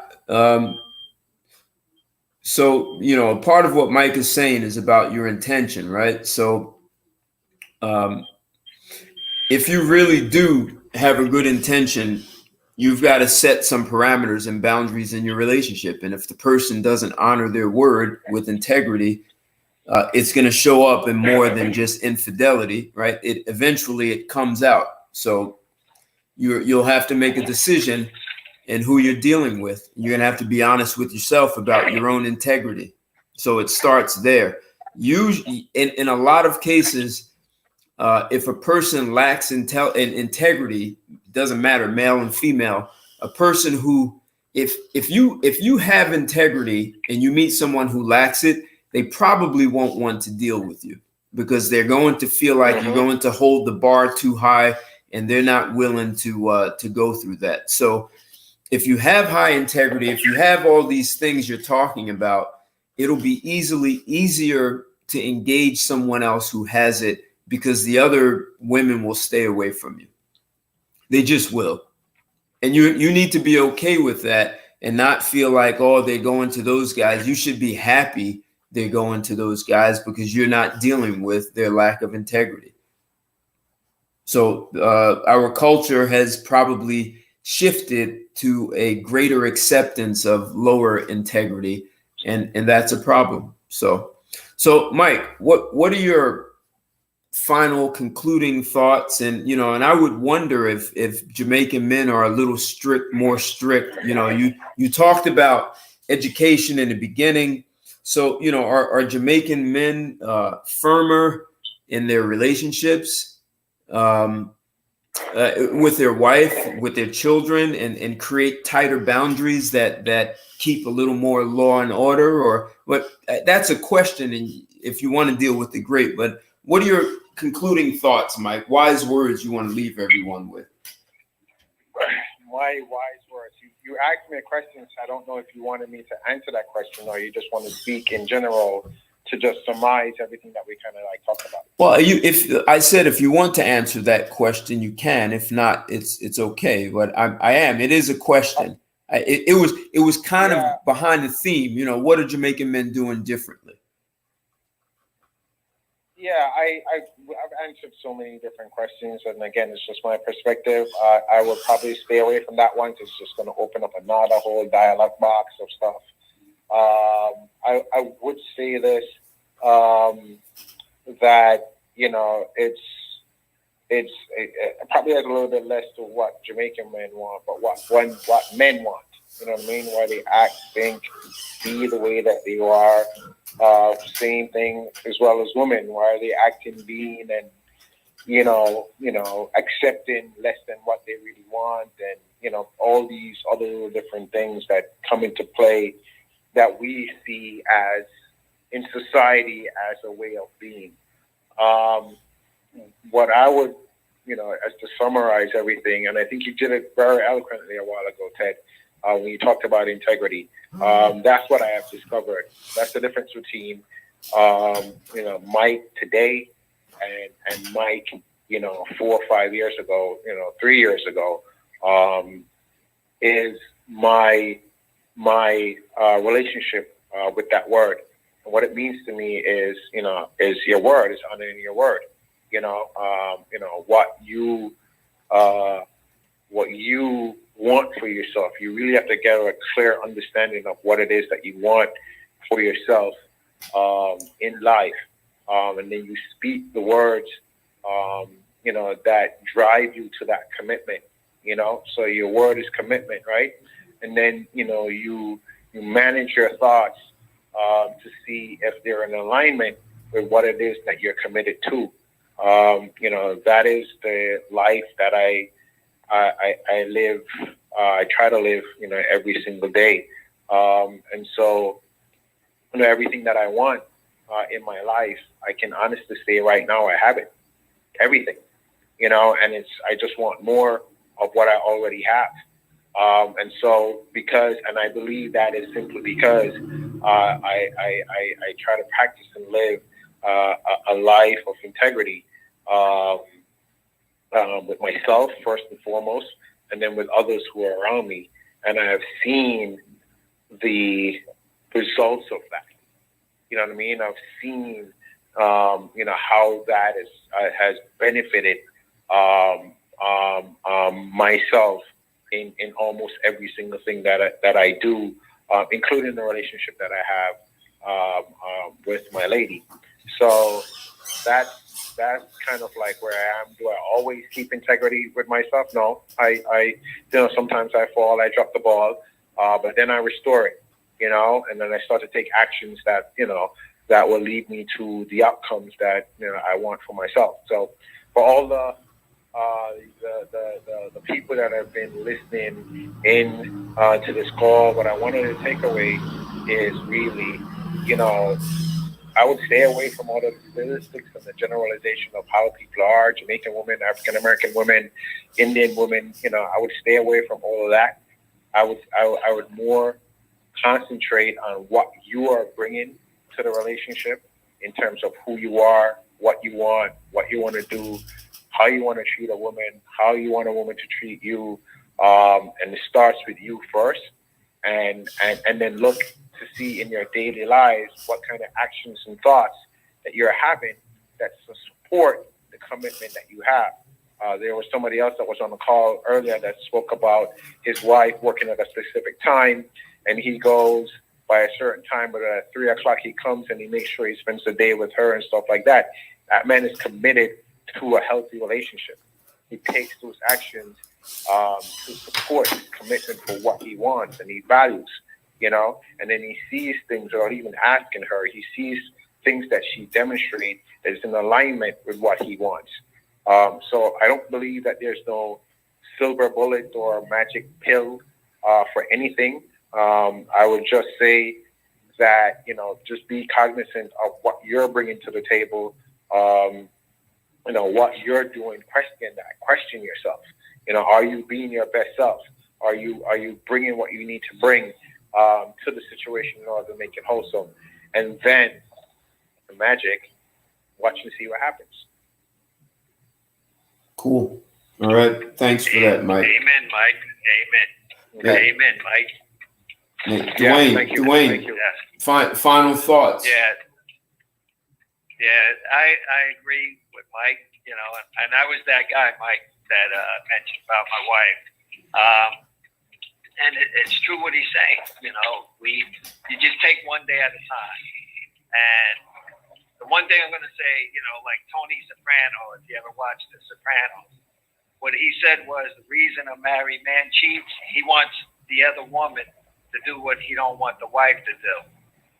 So whatever position or whatever that is, whatever it is. But, I just take my relationship, we take it one day at a time. I'm not going to say every day is perfect. And when we do get into a situation, if we get into an argument, we don't hold grudges. We usually what happens is we make up the same day, and everybody has their own way. Like I got a friend that says, hey, if a woman do something wrong, she got to apologize. That's not a big issue for me if my wife don't apologize.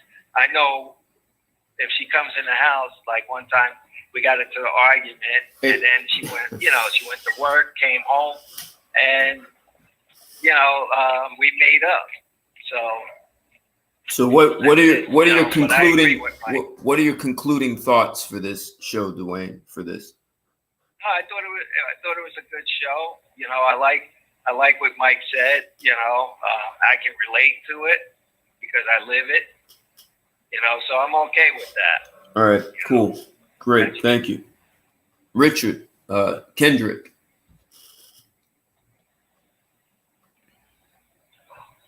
Well, I enjoy myself as always, kid. And it was good to get some other men's perspectives coming from married men or men in relationships in particular. So, that's always a plus for me. Because, like I say, I'm one big old human sponge, man. I'm just absorbing it and just taking it in. Okay. All right. Richard, you still there? I guess not. Be gone. Okay. So yeah, thank you everyone who listened. Integrity, no question, is a big deal, and it doesn't matter what your culture is. Integrity is honoring your word, and when you don't honor your word, things generally tend to fall apart. Whether it's a relationship or even a car built with no integrity is generally going to at some point fall apart or have problems. But at the same time, Mike, you told me some things about Jamaica and the way men and women work together. There are guys in the U.S. who think Jamaican women are difficult to deal with. For me personally, they've been the easiest to deal with. So I'm not always sure what men are talking about, but what seems, and this is me being a non-Jamaican, what seems to be that Jamaican women want is some level of manhood that's not afraid to assert himself. And I don't mean in a violent way. Assertiveness about what you want, your expectations, what you allow, the boundaries you set. If you don't know how to do that in a mature way, you might end up having problems. And my impression is that Jamaican men may have done that along with creating an environment where women can actually have opportunities. And there was no reason for the belief of being oppressed and being in a battle. So, it sounds like in some ways, Mike, Jamaican men have protected their environment, but with the amount of single mothers now, perhaps things have changed. And maybe they've been infiltrated in some way. So promiscuity on both ends of the table seems like that doesn't work anywhere. And we're starting to see that more and more around the world. So Ted. Yes. Real briefly, it seemed to me as though it's almost like this feminism issue you talk about. Almost, it seems like it's a cross culture type of issue. Would that be your perspective? What do you mean cross? You said across culture? Yes, sir. Cross culture. Well, I don't. So one of the things that seems to have come out of feminism is some level of disdain for men. I don't think that you can have disdain for anyone, right? Opposite sex, different color, skin color. So it seems like they promote kind of the same thing wherever they go. The battle of the sexes. That is something they invented, and it put very much men and women at odds with one another. Except it's very odd that when you look at Middle Eastern and Asian, and even very much Hispanic, you are less likely to see that battle of the sexes, even in the United States. So, while it can cross cultures because you're dealing with humans, it's why I'm acknowledging Jamaican men for setting up a social structure that had, I guess, what women would call fairness, right? They felt like they had opportunities, so they were more willing to play a role as a mother in the household and take care of home. Like Mike, we did a show with a guy from Saudi Arabia, and he said, his mother had a degree, and women in general had more of a commitment to take care of home, like you were saying in Jamaica. And that just creates a more stable environment for children. So, but like you said, economics plays a role in who the children have at home, even if it's a 2-parent household, if you both have to work long hours. So thank you. I see it was a great show. Thank you. Good mix of topics. Thank you for the chats from everyone. Share the video, like it. And Mike, thanks for being a guest and supporting me on this. So, big thank you for that. Yeah, you're welcome, Ted. Anytime, my brother. Anytime. Take care, guys. Take care. It was great. All right, you too, Mike. Feeling Christian, and good luck to you all. Be well. All right. Have a good evening, everyone, and take care. Goodbye. Goodbye.